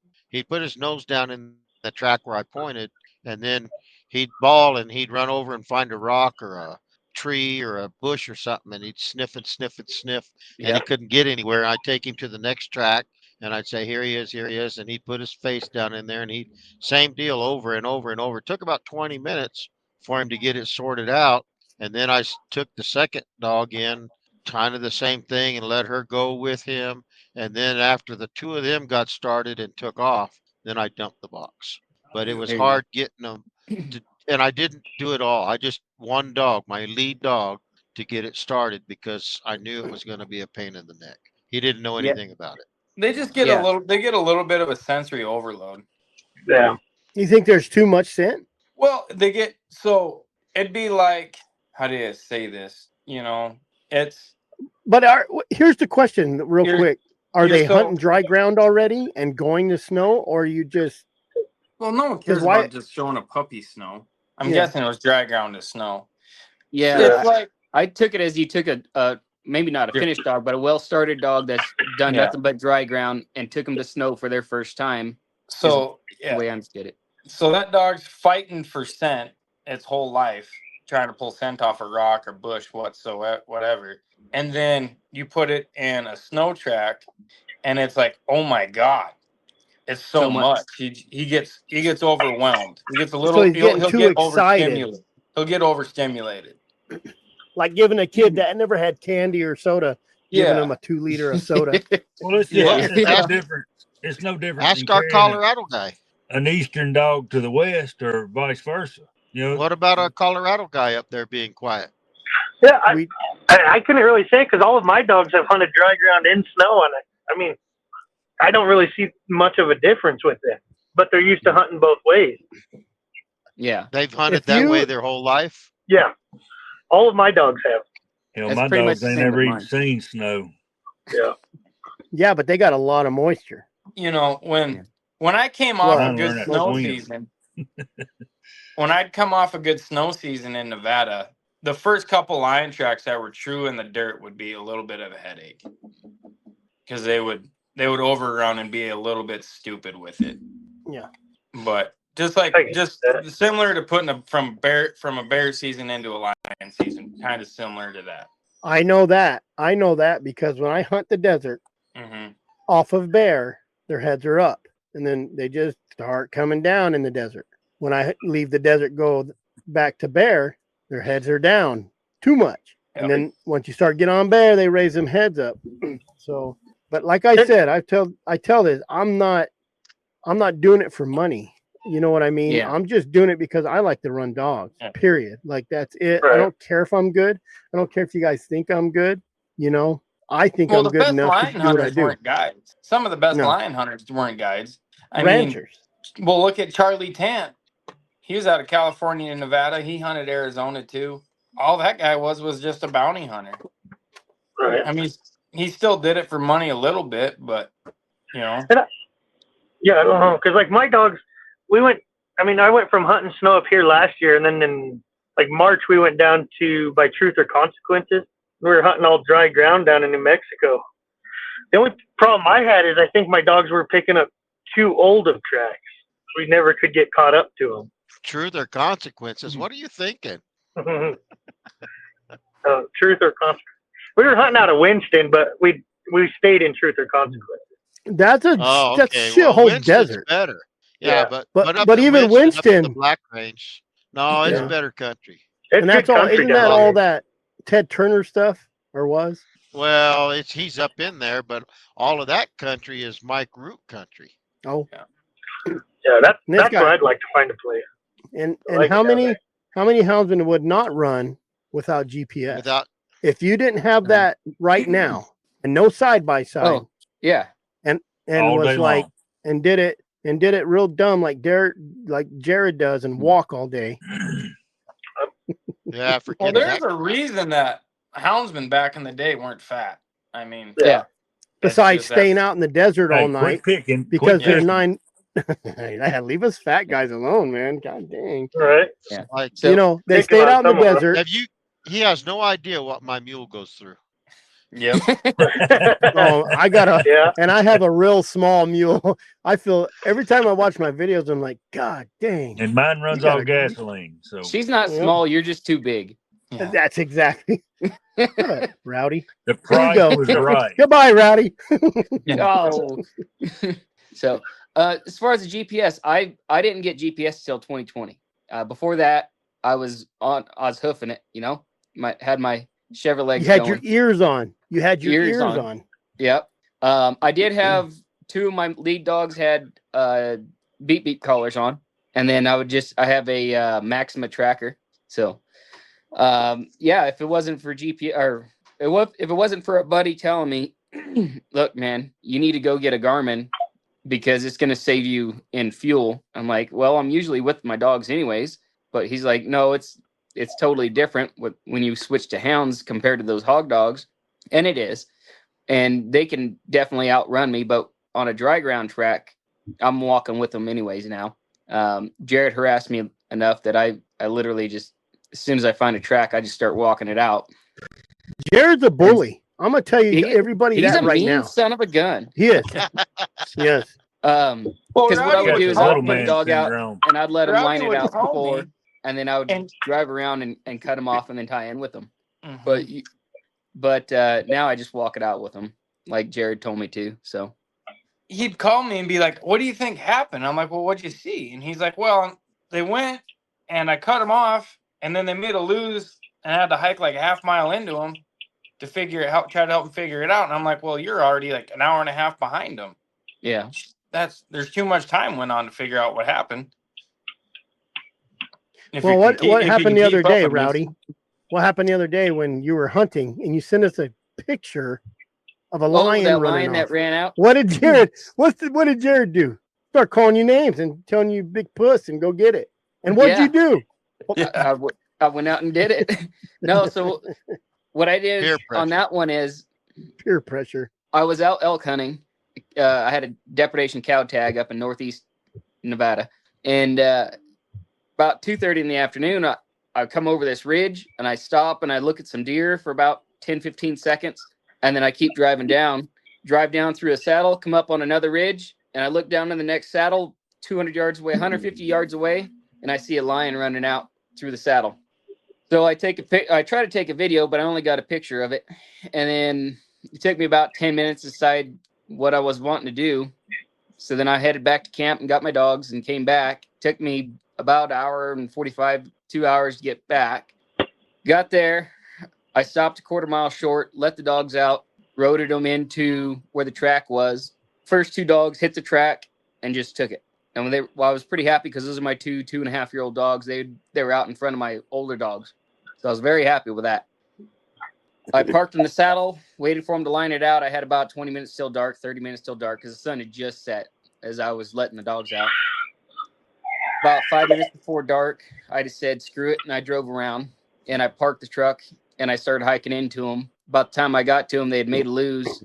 This lion they got her jumped. She made a loop, backtrack, got back onto her track, backtracked about quarter mile, then did a 90-degree right-hand turn and headed east. She went straight into a frozen canyon that had a bunch of Mules and waterfalls, frozen waterfalls, slick rocks. She ran right up the bottom of that sucker so the dogs couldn't keep up.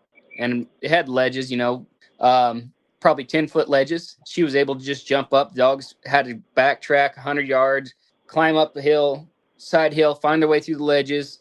So she left them pretty easy. I gave them about half an hour to try to figure it out. They couldn't figure it out. I couldn't see anything because it was all ice. So I backed out a quarter mile downhill, made a loop around the hill, went up the next draw, got up on the ridge. And about the time I got to the ridge, I found her tracks again. And she just kept making loops. She would backtrack, do a 90-degree, go 100 yards, make another loop, cross back over her same tracks, backtrack, do a 90. So she did that about 4 times. And then she lined out, and we got about a quarter mile. And then it got cold. I don't know. The frost hadn't hit yet, but it just got, I bet you it's probably down to about 15, 18 degrees after, it was only a high of like 36 that day.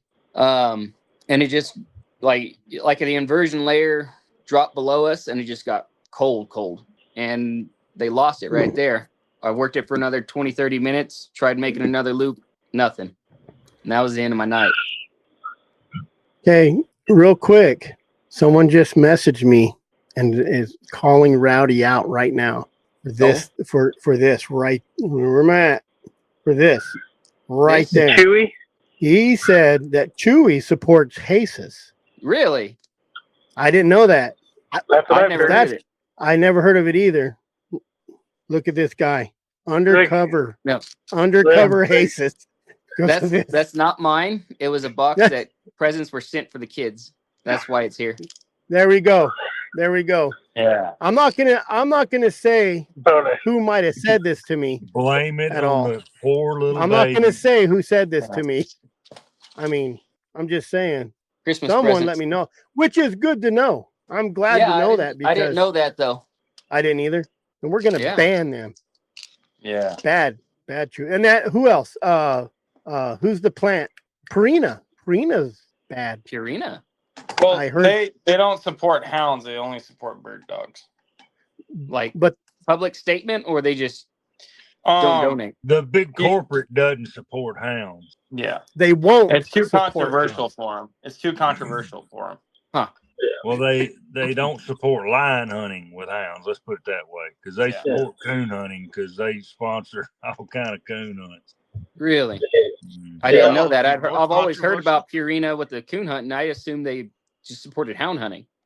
Well, they should No, you support know all what? working dogs. Period. They support Even your cattle. money when you're buying their dog food, but that's it. Yeah. They're not. They're like Garmin. They're not going to get in the middle of it. They just say, "Oh, we don't make it for you." Yeah.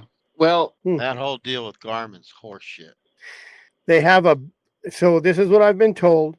A little birdie flies into my window every once in a while, and they said because honestly, we're a very small, probably dip in the water for them because yeah. they have all Garmin is just it's for trekkers, hikers, campers, Fishing. marine. Mm-hmm. Yeah. But I think as a company, you should support everyone. And I'm going to tell you right now, we've been working on this Arizona Working Dog Alliance, and we're going to call people out. We're not going to be that big puss for everybody that just trying to get money, So they're bam. Look at that. Then he can't do it anymore. And for anybody, let me get this out real quick too. For anybody who takes offense that Jeremy tells everybody they have little man syndrome, it's because the guy's a giant. Everybody's a little man to him. I just want everybody to know that. Jared is a little man. Who, me? Jared. Jared is a Oh. little man. I'm Yeah. smaller than Jared. Oh Lord. Jared, remember that. You take him on another walk. I'm only 5'6". So do you think these houndsmen these days, if they outlawed GPS and all that, you think those guys still be going? You think those guys would? I think Because we when lose I at first least got my 50%. Garmin, The wannabes would quit. The hardcore guys would figure it out. Yeah, I would just go back to my Maxima tracker. Yeah, same here. I Icom and came all up my. without it. So I've been You meaning know to what I send it off did? anyways to get it refurbished, recalibrated. Same thing with all my Johnson collars. I mean, but Yeah. you know, the downfall is when the Alpha 100s came out, everybody started selling their. I got 20, 30 beep beep collars for like $400. I think I've spent Nice. $600 on everything.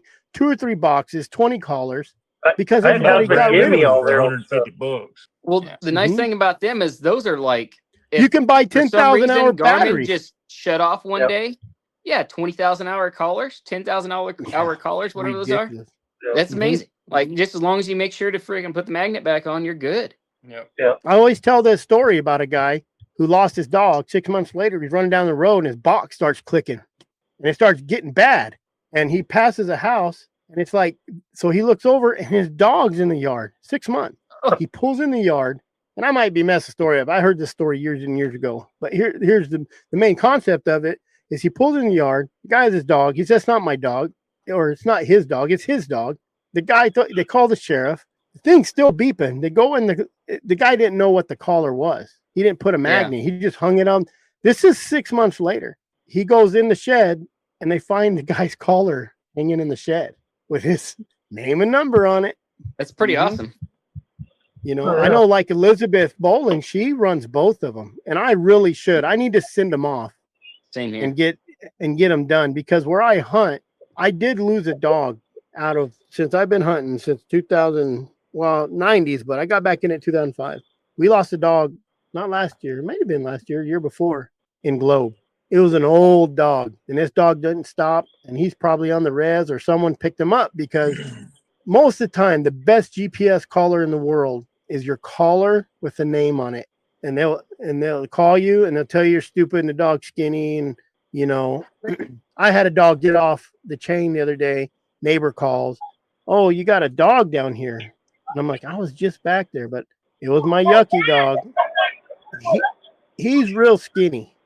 He's real skinny. I said, "No, Yucky's that's Some as dogs are fat as just he's that going to way. get." Yeah, Yeah, I so got I've- Yucky. I've got a dog right now. He's 2 years old still, so he's still kind of on the young age. I can give that sucker 6 cups of food a day. He's been wormed, and he is just a skinny dog. He just is going to be that way. How many people you know that you swear are crackhead, but they're just skinny people? And they eat 3 hamburgers a day. Yeah, they'll out eat us, right? Yeah, over there in that corner. Where are we at? Way over there. Just doesn't slow down. They're just always moving. It's just crazy high metabolism, right? I know. I drive by McDonald's and look over and I gain 3 pounds. And back on Jared, the reason why I pick on Jared is because Jared picks. Is So he? he's gonna get picked back. So Good. I'll be right back. I'm gonna grab another drink. You guys, I wouldn't have even used Garmin if I didn't have 2 dogs stolen. You know, Well, I that's had just collars. I had already bought collars, but I wasn't going to mess with them. And I had Yeah. 2 dogs stolen right out from under my nose, and I figured out who did it. And if John Ketzler hadn't gone and intervened for me, I'd be in prison today. I was going to kill both of those low-life bastards. Yep. So, and I thought, well, I've got those collars. I should probably learn how to use them and save myself from this aggravation. You know, and that's another thing that back in the old timers days, there wasn't everyone and their dog in the mountain. There weren't people riding bicycles. There weren't just pleasure side by side people. There weren't just, the Sunday cruisers. Now, especially in some of these units down on the border, you get all these retiree people that have side by sides and they're just cruising the mountain sipping wine in the side by side in the middle of a Tuesday. and you're just That's you life know, gold right there. and they're like, "Oh, you're here," and I'm just like, Why are you even outside right now? Go do something else. Go away. Go watch your YouTube or Yeah, Yeah. and it's your Netflix. just don't be in the damn mountains. That's, you know what that is? That's COVID. Yes. Yes. And it's Yeah. slowed down So- now, but it used to be that I would be 50 miles from a town, 10 miles up in a mountain range, parked, and all of a sudden here's a Jeep, a Jeep on 37s on Dana 44 and Dana 30, just rolling up on, like, how the hell are you even getting in here with those big old tires on that Cherokee? And, Yeah. surprised you still have axle shafts left. Yeah, it's COVID ruined a lot, because Yeah. people found out that the mountains were cool. Yeah, exactly. It ruined it for people like us, but we're kind of hypocrites because we say we got to get these people out so they're on our side. So the more people you run into, you actually have to do some PR, and that's the hard part when you're especially lion hunters. We're the worst. Especially, I was gonna say, Yeah. especially lion hunters. I just Like, get mad that they're in there. I hunt areas that I'm out there at noon. That last video I just posted, I'm sitting there eating an MRE, and at noon, when it's 80 degrees, someone pulls up. I'm like, "Oh, you're hiking?" No, they were deer hunting. They were gonna go sit in their blind at noon out in this wilderness area. Yeah. And where I parked is the last place. You had to walk in like a mile and a half, 2 miles to the water. Yeah. And they were there. And props to them. Yeah. That's another but thing that makes me mad is those stupid backcountry hunters. Dude, like I get possessive. Like I get possessive of the mountains. Like Yeah.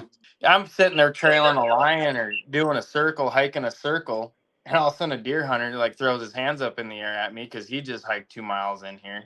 And it's just like, well, what the hell do you want me to do? It's not like a deer hunter will never ruin my hunt, but I will always ruin a deer hunter's hunt. Yeah, exactly. Exactly. Guys, bedtime. Later, Have a good man. one, Benny. Good seeing you. See y'all. See ya. Alrighty. Well, I'm gonna say this: those deer hunters that stop and talk to us, Jared. Yeah. I don't know if you gar hold them or not, but it looked like you were doing pretty good PR work there. So They were decent guys, but I had one deer hunter, he got in my face and he's all, "It's deer season." I'm like, "Yeah, it's lion season too." And he's like, "But it's deer season." And he kind of was getting a little agitated, and I lost my nerve. I already got a short temper. And I'm like, "It's blanking deer season, but it's also blanking lion season. They start at the same time. Your guys' hunt ends in January and ours ends in May. But when it comes to your freaking mighty deer, you guys always cry that a lion's killing all the deer and you can't find jack. And it's our fault that we aren't killing enough. And then it's our fault that we're out here." So then I was like, "What the hell do you want?" And then he just left. Yep. some arguments you just can't win. Yeah. And, we're dumb. There's only been the one time where I was in Globe just recently where that kid wouldn't shut up. And I just wish it was 1960s. I would have punched him in his face. And then it would have been over. Well, that's what needs to, not to be rude, but that's what needs to happen some more. Instead of respect. A lot of people, yeah. Well, they instead of didn't grow up in the same era. They don't know what getting punched in the face is like, so they run their mouth. Well, there's too many feelings right here. Yeah. Yeah, exactly. And then the whole entire, I'm going to video record this whole argument. Like, oh, he shove did. it up your butt. Shove it up your butt, dude. Exactly. Yep. Richard, yes, my wife got a nice 5x5. It was a great hunt. Fantastic. We left the kids with our wife 4 days before the season. My wife took the kids over to her dad's house, and he and his wife watched them. And then I got off work, came home, we loaded up, went out hunting. We hunted for a total of 2 days, but the day before season, we were out scouting. She spotted 3 bulls about 650 yards from us. We watched them till about midday. Well, I say mid-afternoon. And then we went back to camp, went back there the next morning. They had moved 1.5 miles, and we're up on a mountainside we watched them all that next day, or the first day of the season. Next morning, we went back. They hadn't moved but about 100 yards, which I hadn't seen before. I've never not known elk to come down for water, and if they did, there weren't any tracks that I saw around the water hole. So they were 100 yards from where we saw them at dark the night before. And I talked my wife into hiking. So we covered another half mile in the next hour and a half. And it was pretty steep. It was very steep. And we got to about 285 yards, and she made a good shot. So she got her first bull, and it was a great hunt. She got to pack her bull out on her horse, and yeah, it was fantastic. She can't wait to go again. Got one question, Rowdy. Yes, sir. Did that hike start out with "How stupid do you want to be today"? No, but it was like we know where they're gonna bed because they're right in the same spot. And I tried urging her in the day before, going, "Hey, we've got about 3 hours before dark. Let's go up there. We can cover this half mile in about an hour and a half, and you have 30 minutes and to wait for a shot." But she wasn't ready yet, and then next day we were able to make it happen. She got her shot about 8 o'clock, 8:30, I forget what it was, and it was fantastic. Perfect. How much did it cost you to get her to walk? What do you have to promise her? Oh, nothing. She got her bull and she was happy. She forgot about it anyways. For 3 days. He left that out. Yeah. They didn't have his kids. We were sore for a couple days though. It was pretty good. It was steep. I think the worst stories or the worst times are the best times. Yeah, I heard it described as secondary fun once. It sucks while you're doing it, but then afterwards you stop and think about it and go, "Damn, that was fun." Yep. When you're telling the story, makes a good story. Yep. And that kind of segues back to what we were talking about. Listening to the old timer stories is great. What stories in 20, 30 years are these guys hunting today going to tell? My GPS turned off. My GPS turned off. The same ones. I was blind. No, they're gonna tell the same ones. I mean, there's some guys that hit it hard still, and they're gonna talk about when the dogs caught a lion and it was 10 o'clock at night and they just got to him, and they're gonna have to rock climb down off a ridge because all they can see is 20 feet in front of them with a flashlight. The flashlight on their phone. Yep, and that's. The old timers have good stories because they're old timers and we were young. And It's going to be the same way when we get old. Like my nephews think I'm the coolest guy that's ever walked the earth. But they also live in Kansas City. Mm-hmm. I think Kansas City. Or a suburb of Kansas. Mm-hmm. They're city kids. Their dad shoots a couple whitetail a year. This is coming from a guy that lives in Tucson. Talking about a city kid. Hey, I grew up in a town of 42 people, though. My graduating class was 26 people. Yep. Mine was 21. Oh, dang, got me. You guys beat me. They're freaking. My graduating class was like 700. Vegas? Too close to California. That was bigger than the whole school. Oh, California. California, yeah. I think Vegas was. I think I was people. One of about 100 Caucasian kids. The rest of them were Hispanic. Yep. But I think Vegas is my cousins. It was like it took them 2 days, and it was like 2,000 people, something outrageous. Wow. Yeah. How do they keep track of all those kids? They don't. They just push them through. That's why our education system is crap and everybody's stupid. Yep, absolutely. But we'll always have good old timers as long as people keep hunting hard. But just think about the stories you make right now. Absolutely, yep. And one thing, you do it a lot more when you're younger. I noticed that. Embrace the suck. When it sucks, just laugh about it. It's true. There's nothing you can do about it right then and there anyway. Do your best to get out of it. Yeah. All you can do is put your head down and go back to the truck anyway and figure out what happened. Yeah. That's all it is. You know, and we won't have stories like Warren or Glenn or anyone, you know, kicking a lion out of a dog box because you had a hunter coming in 2 hours, or roping and tying a lion because you're short on cash and you had to sell it to a zoo. Mhm. Yeah. You know, those days are gone. Or doing the bounty days, those days are gone.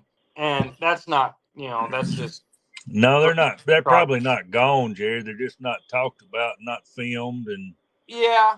you know. I mean, but you know, California doesn't even have a bounty anymore. I mean, they're just paid guys. Yeah, they ended what, 72? 62. 62 the bounty ended. 72 they stopped lion hunting, and then 91 they banned it. Yep. The You meeting know, in January for Arizona Game and Fish, they haven't posted it yet. no. But And if you then- go off of last year's, it'll probably be towards the end of the month. Well, guys, I'm gonna have to pull a beanie and cut off early tonight. Sounds good. Thanks for coming on. Good seeing you. See you, Jeremy. See, Till Jeremy. next time. Sound good. Later. You know, there's a guy, I talk about Charlie Tant quite a bit. He died in the 70s, and all he did was hunt on foot in California and Nevada line. And he when California got rid of the bounties, he came down to Arizona and then found out Arizona shortly after got rid of the bounties too. But you know, that guy, he couldn't figure out on why guys wouldn't hunt old lion tracks. He called everyone in California at one time towards the end of his hunting years short running dogs. He never came off a lion track as long as his dogs were barking. He said he called his dogs long running dogs. He had all walker dogs, and he 2 days, literally 2 days of hunting and catching one lion, and his dogs never came off of it. You know, you might get a dog that'll take a break and walk behind you for half a day or so and then go with the other dogs or what have you. But I mean, a lot of us dream of being able to do that, but we've got wives, Families, we've got kids, we've got bills. Mm-hmm. well, We have bills. Like in life in general has changed. We're not able to really make money at it anymore. Like when you're doing it for a bounty, yeah, you can do that, absolutely, because that's your job. But you know, when you've got a 9 to 5, you can't afford to do that because you got to get to work because your mortgage, everything's more expensive now, and it's really screwing us over. If you told me I can sell everything I own and go hunt and just have to feed myself and my dogs, I would go do it in a heartbeat. Yeah. And it's even the $700 a month that would cost me, $800 a month that would cost me. Still, good luck, because you can't do it guiding. Yeah. Because you don't have a phone anymore. Then you don't have any social media. You're just a crazy guy on the hill. And you know, if you could still do canned hunts, I'd do them. I'd hunt every day, catch a lion, and make a phone call. Yeah, and so the definition of a canned hunt now is a lot broader than what it used to be. A canned hunt would be, you know, oh, you had a lion in a cage. Now it's, oh, you turned the dogs loose before the hunter got there. Yep. Mm-hmm. So it's not the same, and people look at it as the same, even though they're calling it the same thing. It's not the same thing what it used to mean. They didn't have a lion chained up to a tree that you just went out there and took the collar off of anymore. It's the hunter was an hour out and you turned the dogs loose, or the hunter just hit ground with the plane, or you know, just stepped off the plane, sent you a text message, and oh, hey, we're gonna start this lion. Yep. You tree it and make a call. Yeah, or tree it, make a call. And you just sit there and let the dogs tree it until the guy shows up. You know, and I get that it's bad. It's a lazy way of hunting for the guy pulling the trigger. Well, I wouldn't even call it bad, but it is a lazy way of hunting for the hunter. But it's still meeting the objective. You're still you're still harvesting a lion that the state wanted to be pulled out. The hunt is still going on. The hunter just hasn't physically gotten there yet. The person pulling the trigger. At the end of the day, the same thing's still going to happen. A lion's still going to get burned down. It isn't no different than is a lazy way to hire someone to paint your house. Yeah. You know? Well, you know, and it's just like you're still doing all the work. The governor's tag elk. There's 30 guides sitting on one elk until he shows up. Exactly. It's the same thing as that 430-inch bull that got taken out in Arizona. And that's a fight. 20 guys. and there's 20 That's a guys fight standing starter. behind you. Yeah. That's a You're right. fight starter. And people start saying, "Oh, ethics, you ethic this, ethic that." Ethics are what you think, right? Just because you believe one way, just because you think that pedophilia is right and I think it's wrong. Jesus, you went dark for an explanation. He did go dark on that one. Way back. Right? It's all perspective is what I'm getting at. Yeah. Yeah. Well, you could throw a spotting scope into it instead of just boot Rangefinder. hunting. Yeah, you could, instead of just boot hunting with a 30-30 and creeping around the woods like Elmer Fudd, you're just sitting on a ridge, glassing 2,000, 3,000 yards out. Yeah. Pulling, letting the glass do the walking for you. Well, this is what people don't understand too. They're coming after the hounds. And let's say they get rid of hounds in Arizona. You can't change. You think they're just going to stop? They're not going to stop there and say, "Oh." And then they're going to come out like New Mexico. They came out. They got rid of scopes on black powders, muzzle loaders, and then they're going to get rid of rangefinders, and then they're going to get rid of bows that are over 70 pounds that shoot 400 feet a second. Oh yeah. They'll just keep chopping away until the only way you can kill a deer is you have to strangle it, and that's abuse. You can't hit it in the head with the rock, and that's about the most primitive way you can do it. Yep. So they're calling that animal abuse. So it'll diminish, and it'll be every little thing will cut out to where people don't want to hunt no more. And if you can't use a rangefinder and you can't use a bow, you have to just use a long bow, or you can only use a muzzle loader, and it can't be an inline now. It has to be cap and ball or less. People are going to quit hunting. And then when they quit hunting, here comes the commission meeting. And they're like, "I don't hunt anyway, so I don't give a shit." And then guess what's going to happen to the mountains after that? The mountains, the Forest Service is going to lose the funding. The mountains are going to get privatized, and they're going to get commercialized. And ski resorts, hiking resorts, everything's going to solar fields, wind. Yeah. The mountains aren't going to be the mountains anymore. And in my eyes, we're almost there already. For how many? We're pretty close. Look how many roads they shut down.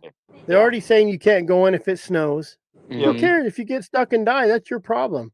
Yeah, exactly. Absolutely. Your choice. That's like telling a mountain lion. That's like telling safe slavery any day.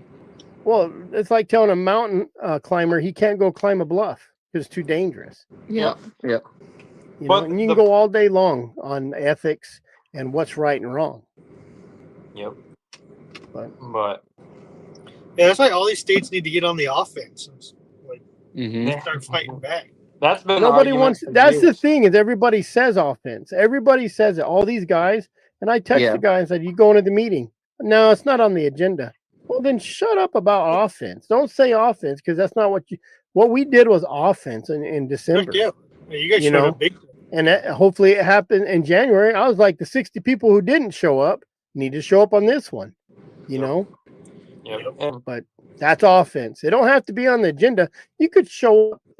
There should be 100 hunters at every meeting saying, "Listen, we like hunting and we're here to support you." Period. That's all you got to say. Absolutely. We're here to support hunting. Even if it's during a work day on a Friday, you've called in sick because of a hangover before. You called in sick. You've called in sick to go lion hunting or deer hunting or whatever. Yeah. But you're gonna miss. You can't miss one day to go fight for what you want to do, rather than never get to do it again. And no one's gonna fire anyone these days because no one has help. I'm a prime that's example. A fact right there. I'm a prime example of it. That's a fact right there. I'm the world's worst employee. I work hard and I do good work, but I don't always show up. You might get a phone call at 9, 10 o'clock at night saying, "I ain't coming in," and I shut my phone off. You're not calling me to argue with me. Yep. That's how it is these days. How it is. But we'll have some greats still. I mean, I hope. I still think we will. I hope so, because that's what gives us all hope. Like, that not just the idol, but someone to look up to, that hero kind of thing. Yeah. It is. I hate to quote Yellowstone because I don't really watch it, but it popped up on my news feed today, and they're talking about spurs all made in one piece instead of a 2-piece spur. Yeah, with the old timer.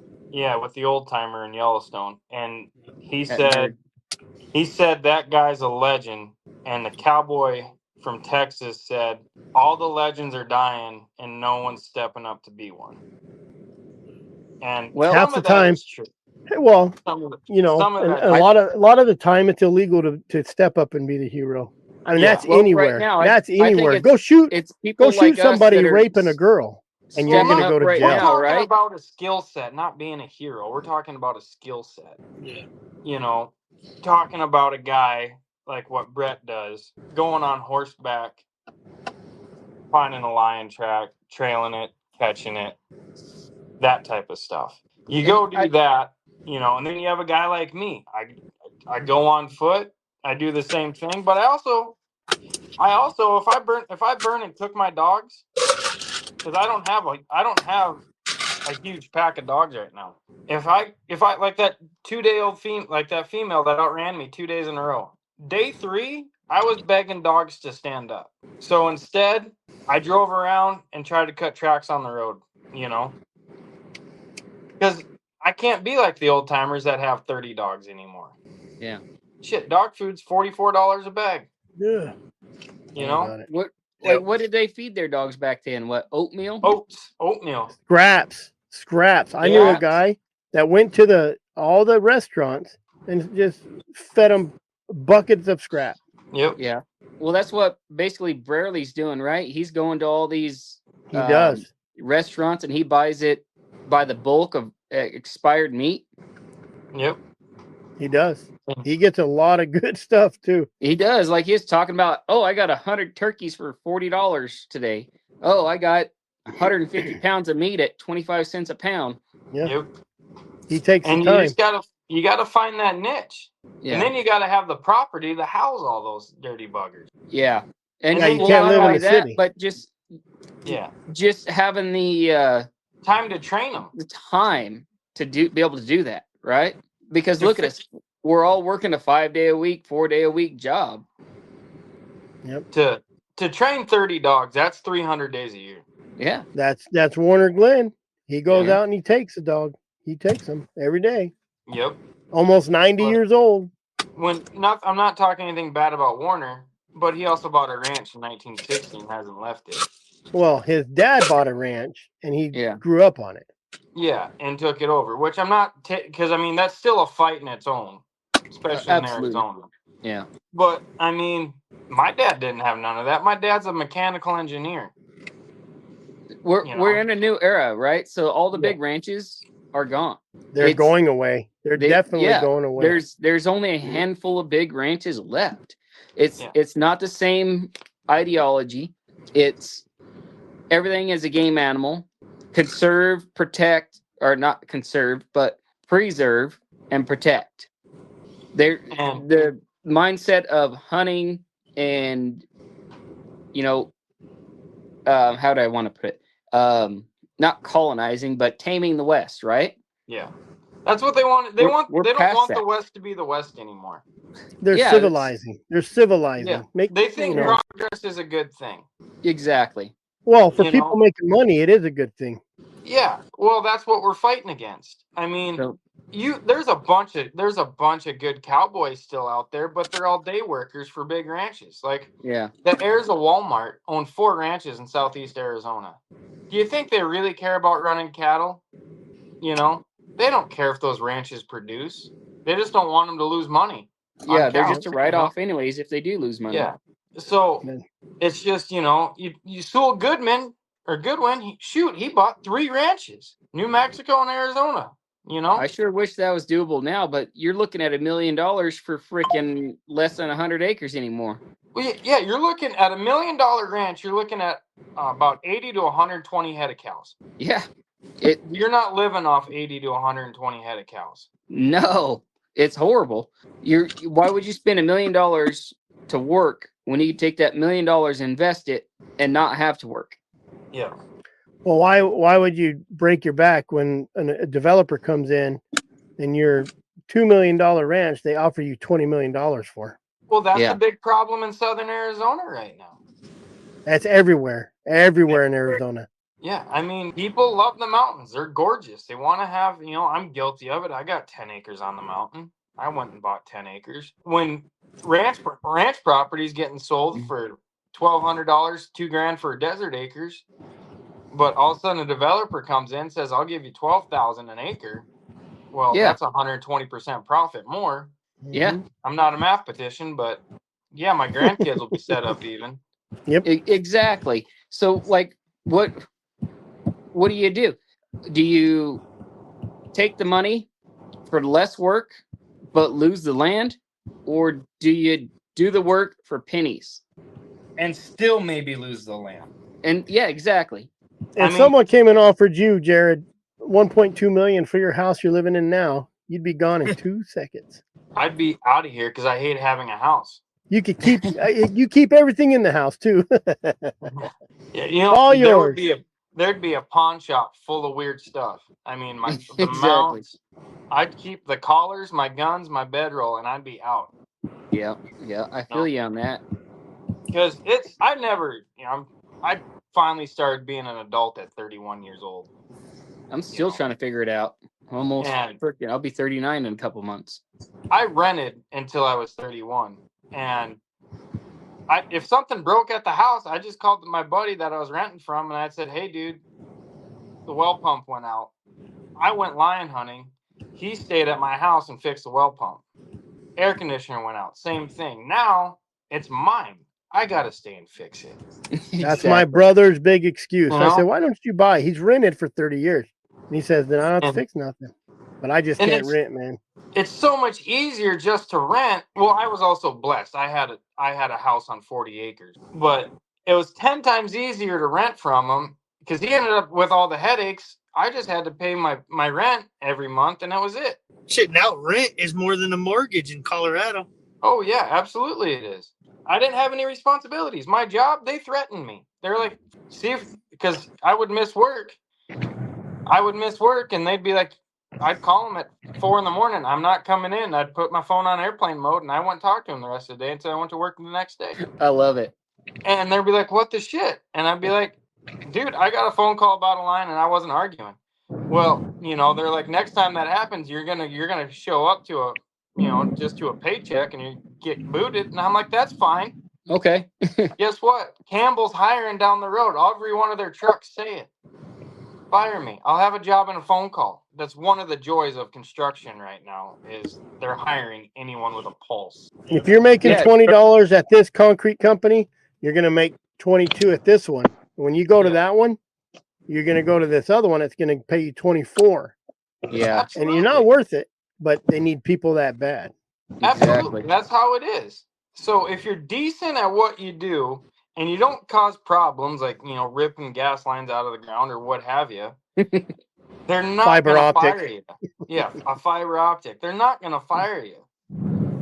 They'll just work around you because if they don't, I'm honest with them. It's just, if you want to give me a bad, hard time, I'll go down the road. I get it. I understand you need to run a business the way you want to run it. It's fine. I'll go somewhere else. I'm not going to sit here and argue with you about keeping money in your pocket. Yep. I got. Look who finally showed up talking about being an adult. Right? How's it going, fellas? He jumped on right in the end when we're about to leave. Oh, I figured. They worked me to death at this place. Well, dude, you can't get married to golden handcuffs because no matter what, you still end up dead. Just your handcuffs are gold. And I think a lot of people want to go out and guide and do all this until they get out and guide. And I don't think they understand. You're not always lucky with your clients. You're not. You're going to get a bad one, or you're going to run into stupid stuff. You have to vet. If you're going to guide and it's your own small business, you're not one of these guys that are getting the $1 million bidded, the $1 million bidded tags or whatever, governor's tags. Vet your clients because there are some bad ones. Like I had a guy, he, like I talked, I want a 200-pound, 160-pound Tom. Well, you just could tell he was going to give me a problem over the phone because he's like, "Well, how nasty are the mountains?" And I was like, "It's called a mountain lion. They're in a mountain." And it's just, how stupid do you want to get? Yeah. And he's like, "Well, how deep's the snow get?"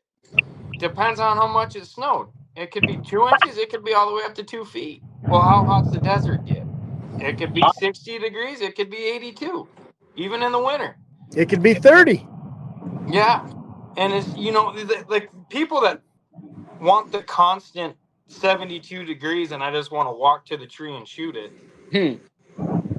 And that's why canned hunts came around, because of people like that. Absolutely. And, I could have booked the guy. He was ready for a deposit and everything. And I was like, dude, you got to go with someone else besides me because you won't have fun. Yeah.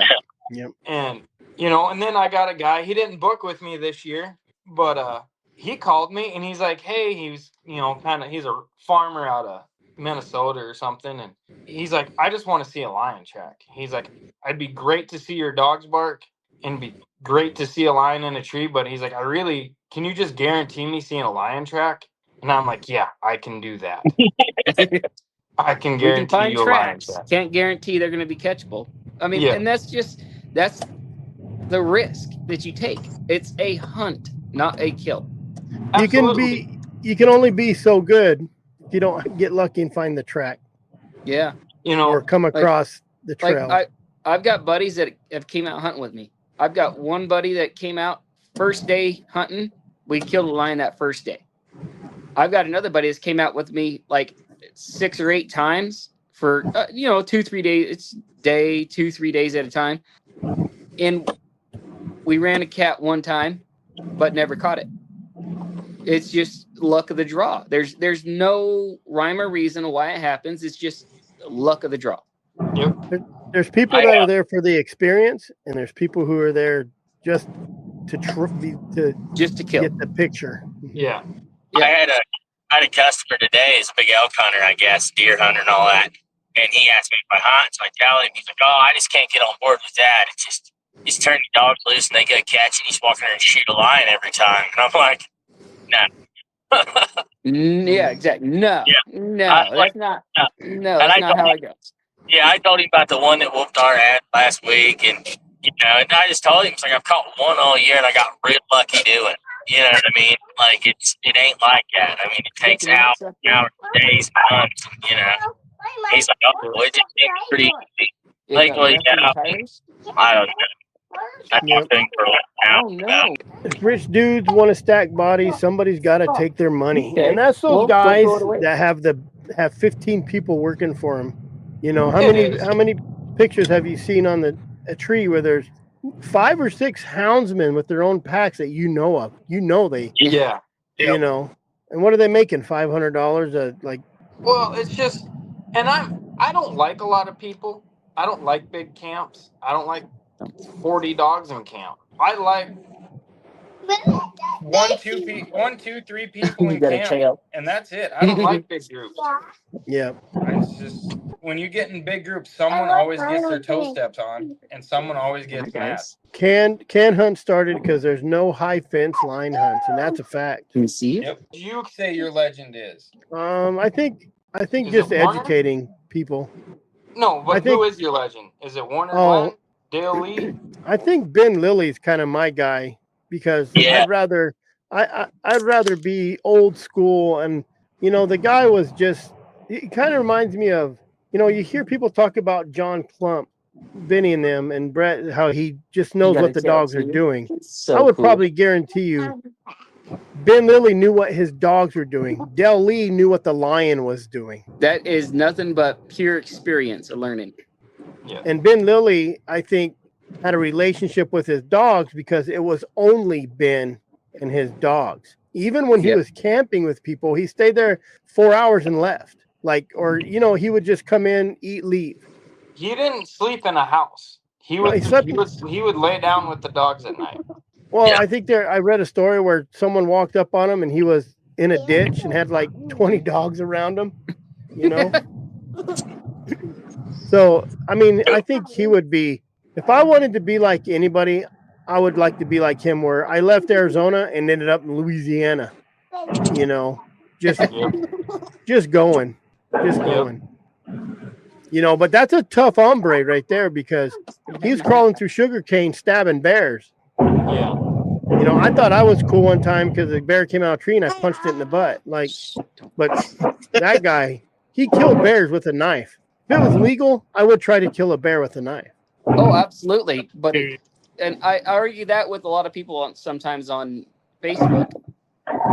It's an illegal method to take because then they say, well, that it's not fair that you're using a gun. Oh, it's not fair that you're using a bow. Why don't you go out there like a real man with a knife?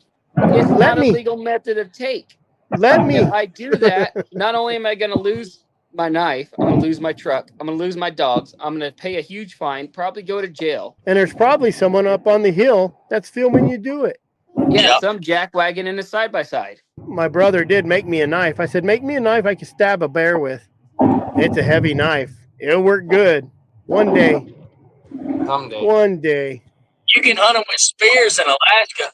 You ought to go up there, a charity hunt. Go up there and spear a bear. We need to talk to Tim Wells. Where can you hunt hounds and use a spear? Alaska, I think, is the only place. Is it? Yeah, I can use hounds in Alaska. Yeah, because some permit from a biologist, but it's a $20 permit. You can do it. Oh, that ain't bad. You know, but it's one of them things where somebody stabbed the bear with a spear. Someone's seen it and caused all this ruckus. Well, everyone's soft now. Yeah, absolutely. Yeah, big time. They kill their food with credit cards these days. Yeah, exactly. Exactly. They think it grows at the grocery store. Yeah, it grows in those little pink flats with cellophane over it. Mm-hmm. If you listen to Joe Rogan talked with Evan Hafer, they were talking about those type of people, and he's like, they're just grocery store assassins. That's all they are. Mm-hmm. That's a good definition. I like that. The can of peas they buy, guess what? A deer probably got ran over trying to get those peas. Well, I think someone was talking about organic, which organic's a joke. So in order to be organic, it has to be certified, but the field has to be certified. And I know places right now where there's organic fields, but the field next to them is not organic. So when that crop duster comes flying over that other field, they don't cover that field. So it's kind of a stupid. But they're surrounded by other people on all four sides that spray, and they're over here organic in the middle. Well, I read a thing about how many animals were actually killed just to keep that organic, because like where I hunt right here, that nursery used to be full of javelina. I'm talking, you'd go see 10 or 12. You drive through and you could shoot one. Now they had a guy come in and trap it because it was over there crapping on their organic field. Yeah. So they had someone come in and trap them all out and take them to Payson. And I'm just like, that's like, you build these golf courses and you build this stuff, you a house with trees in the middle of elk country or deer country or bear country, and you have a trash can, they're going to get into it, then they yell at us saying, well, you're in their country. No, we're all in their country. Like in the middle of Phoenix used to be their country. Just because you have a house that's been there for 100 years doesn't mean nothing. It's still in their environment. And that's what those retards keep saying. Oh, you're in their country. Oh, that lion is in my backyard. Oh, you're in their country. You morons realize that lions are the widest distributed, what do they call it, mammal in North America and South America. Literally, their range used to be the entire continent. And then they argue this point, but why would you run around the desert or the hills trying to catch a deer or lion when you can go right to town and eat 10 cats or 10 dogs? Why those coyotes? I don't see coyotes in the desert no more. I've seen coyotes on I-10 and Ray Road. I've seen coyotes on Signal Butte in the 60 running through parking lots. Why are you going to go chase a rabbit when you can go run around and eat garbage cans? Yep. So coyotes now are an invasive species. Coyotes did not exist other than basically California and little parts of the Rockies. It wasn't until that wolves were trapped out that coyotes existed anywhere else in the U.S. Yep. Now we got to deal with the coyotes. Yeah. Now they're all the way up to like Maine and New Hampshire and all the way in Florida when they never used to be there. They literally didn't get there until like the 60s. Did they even get to the Carolinas?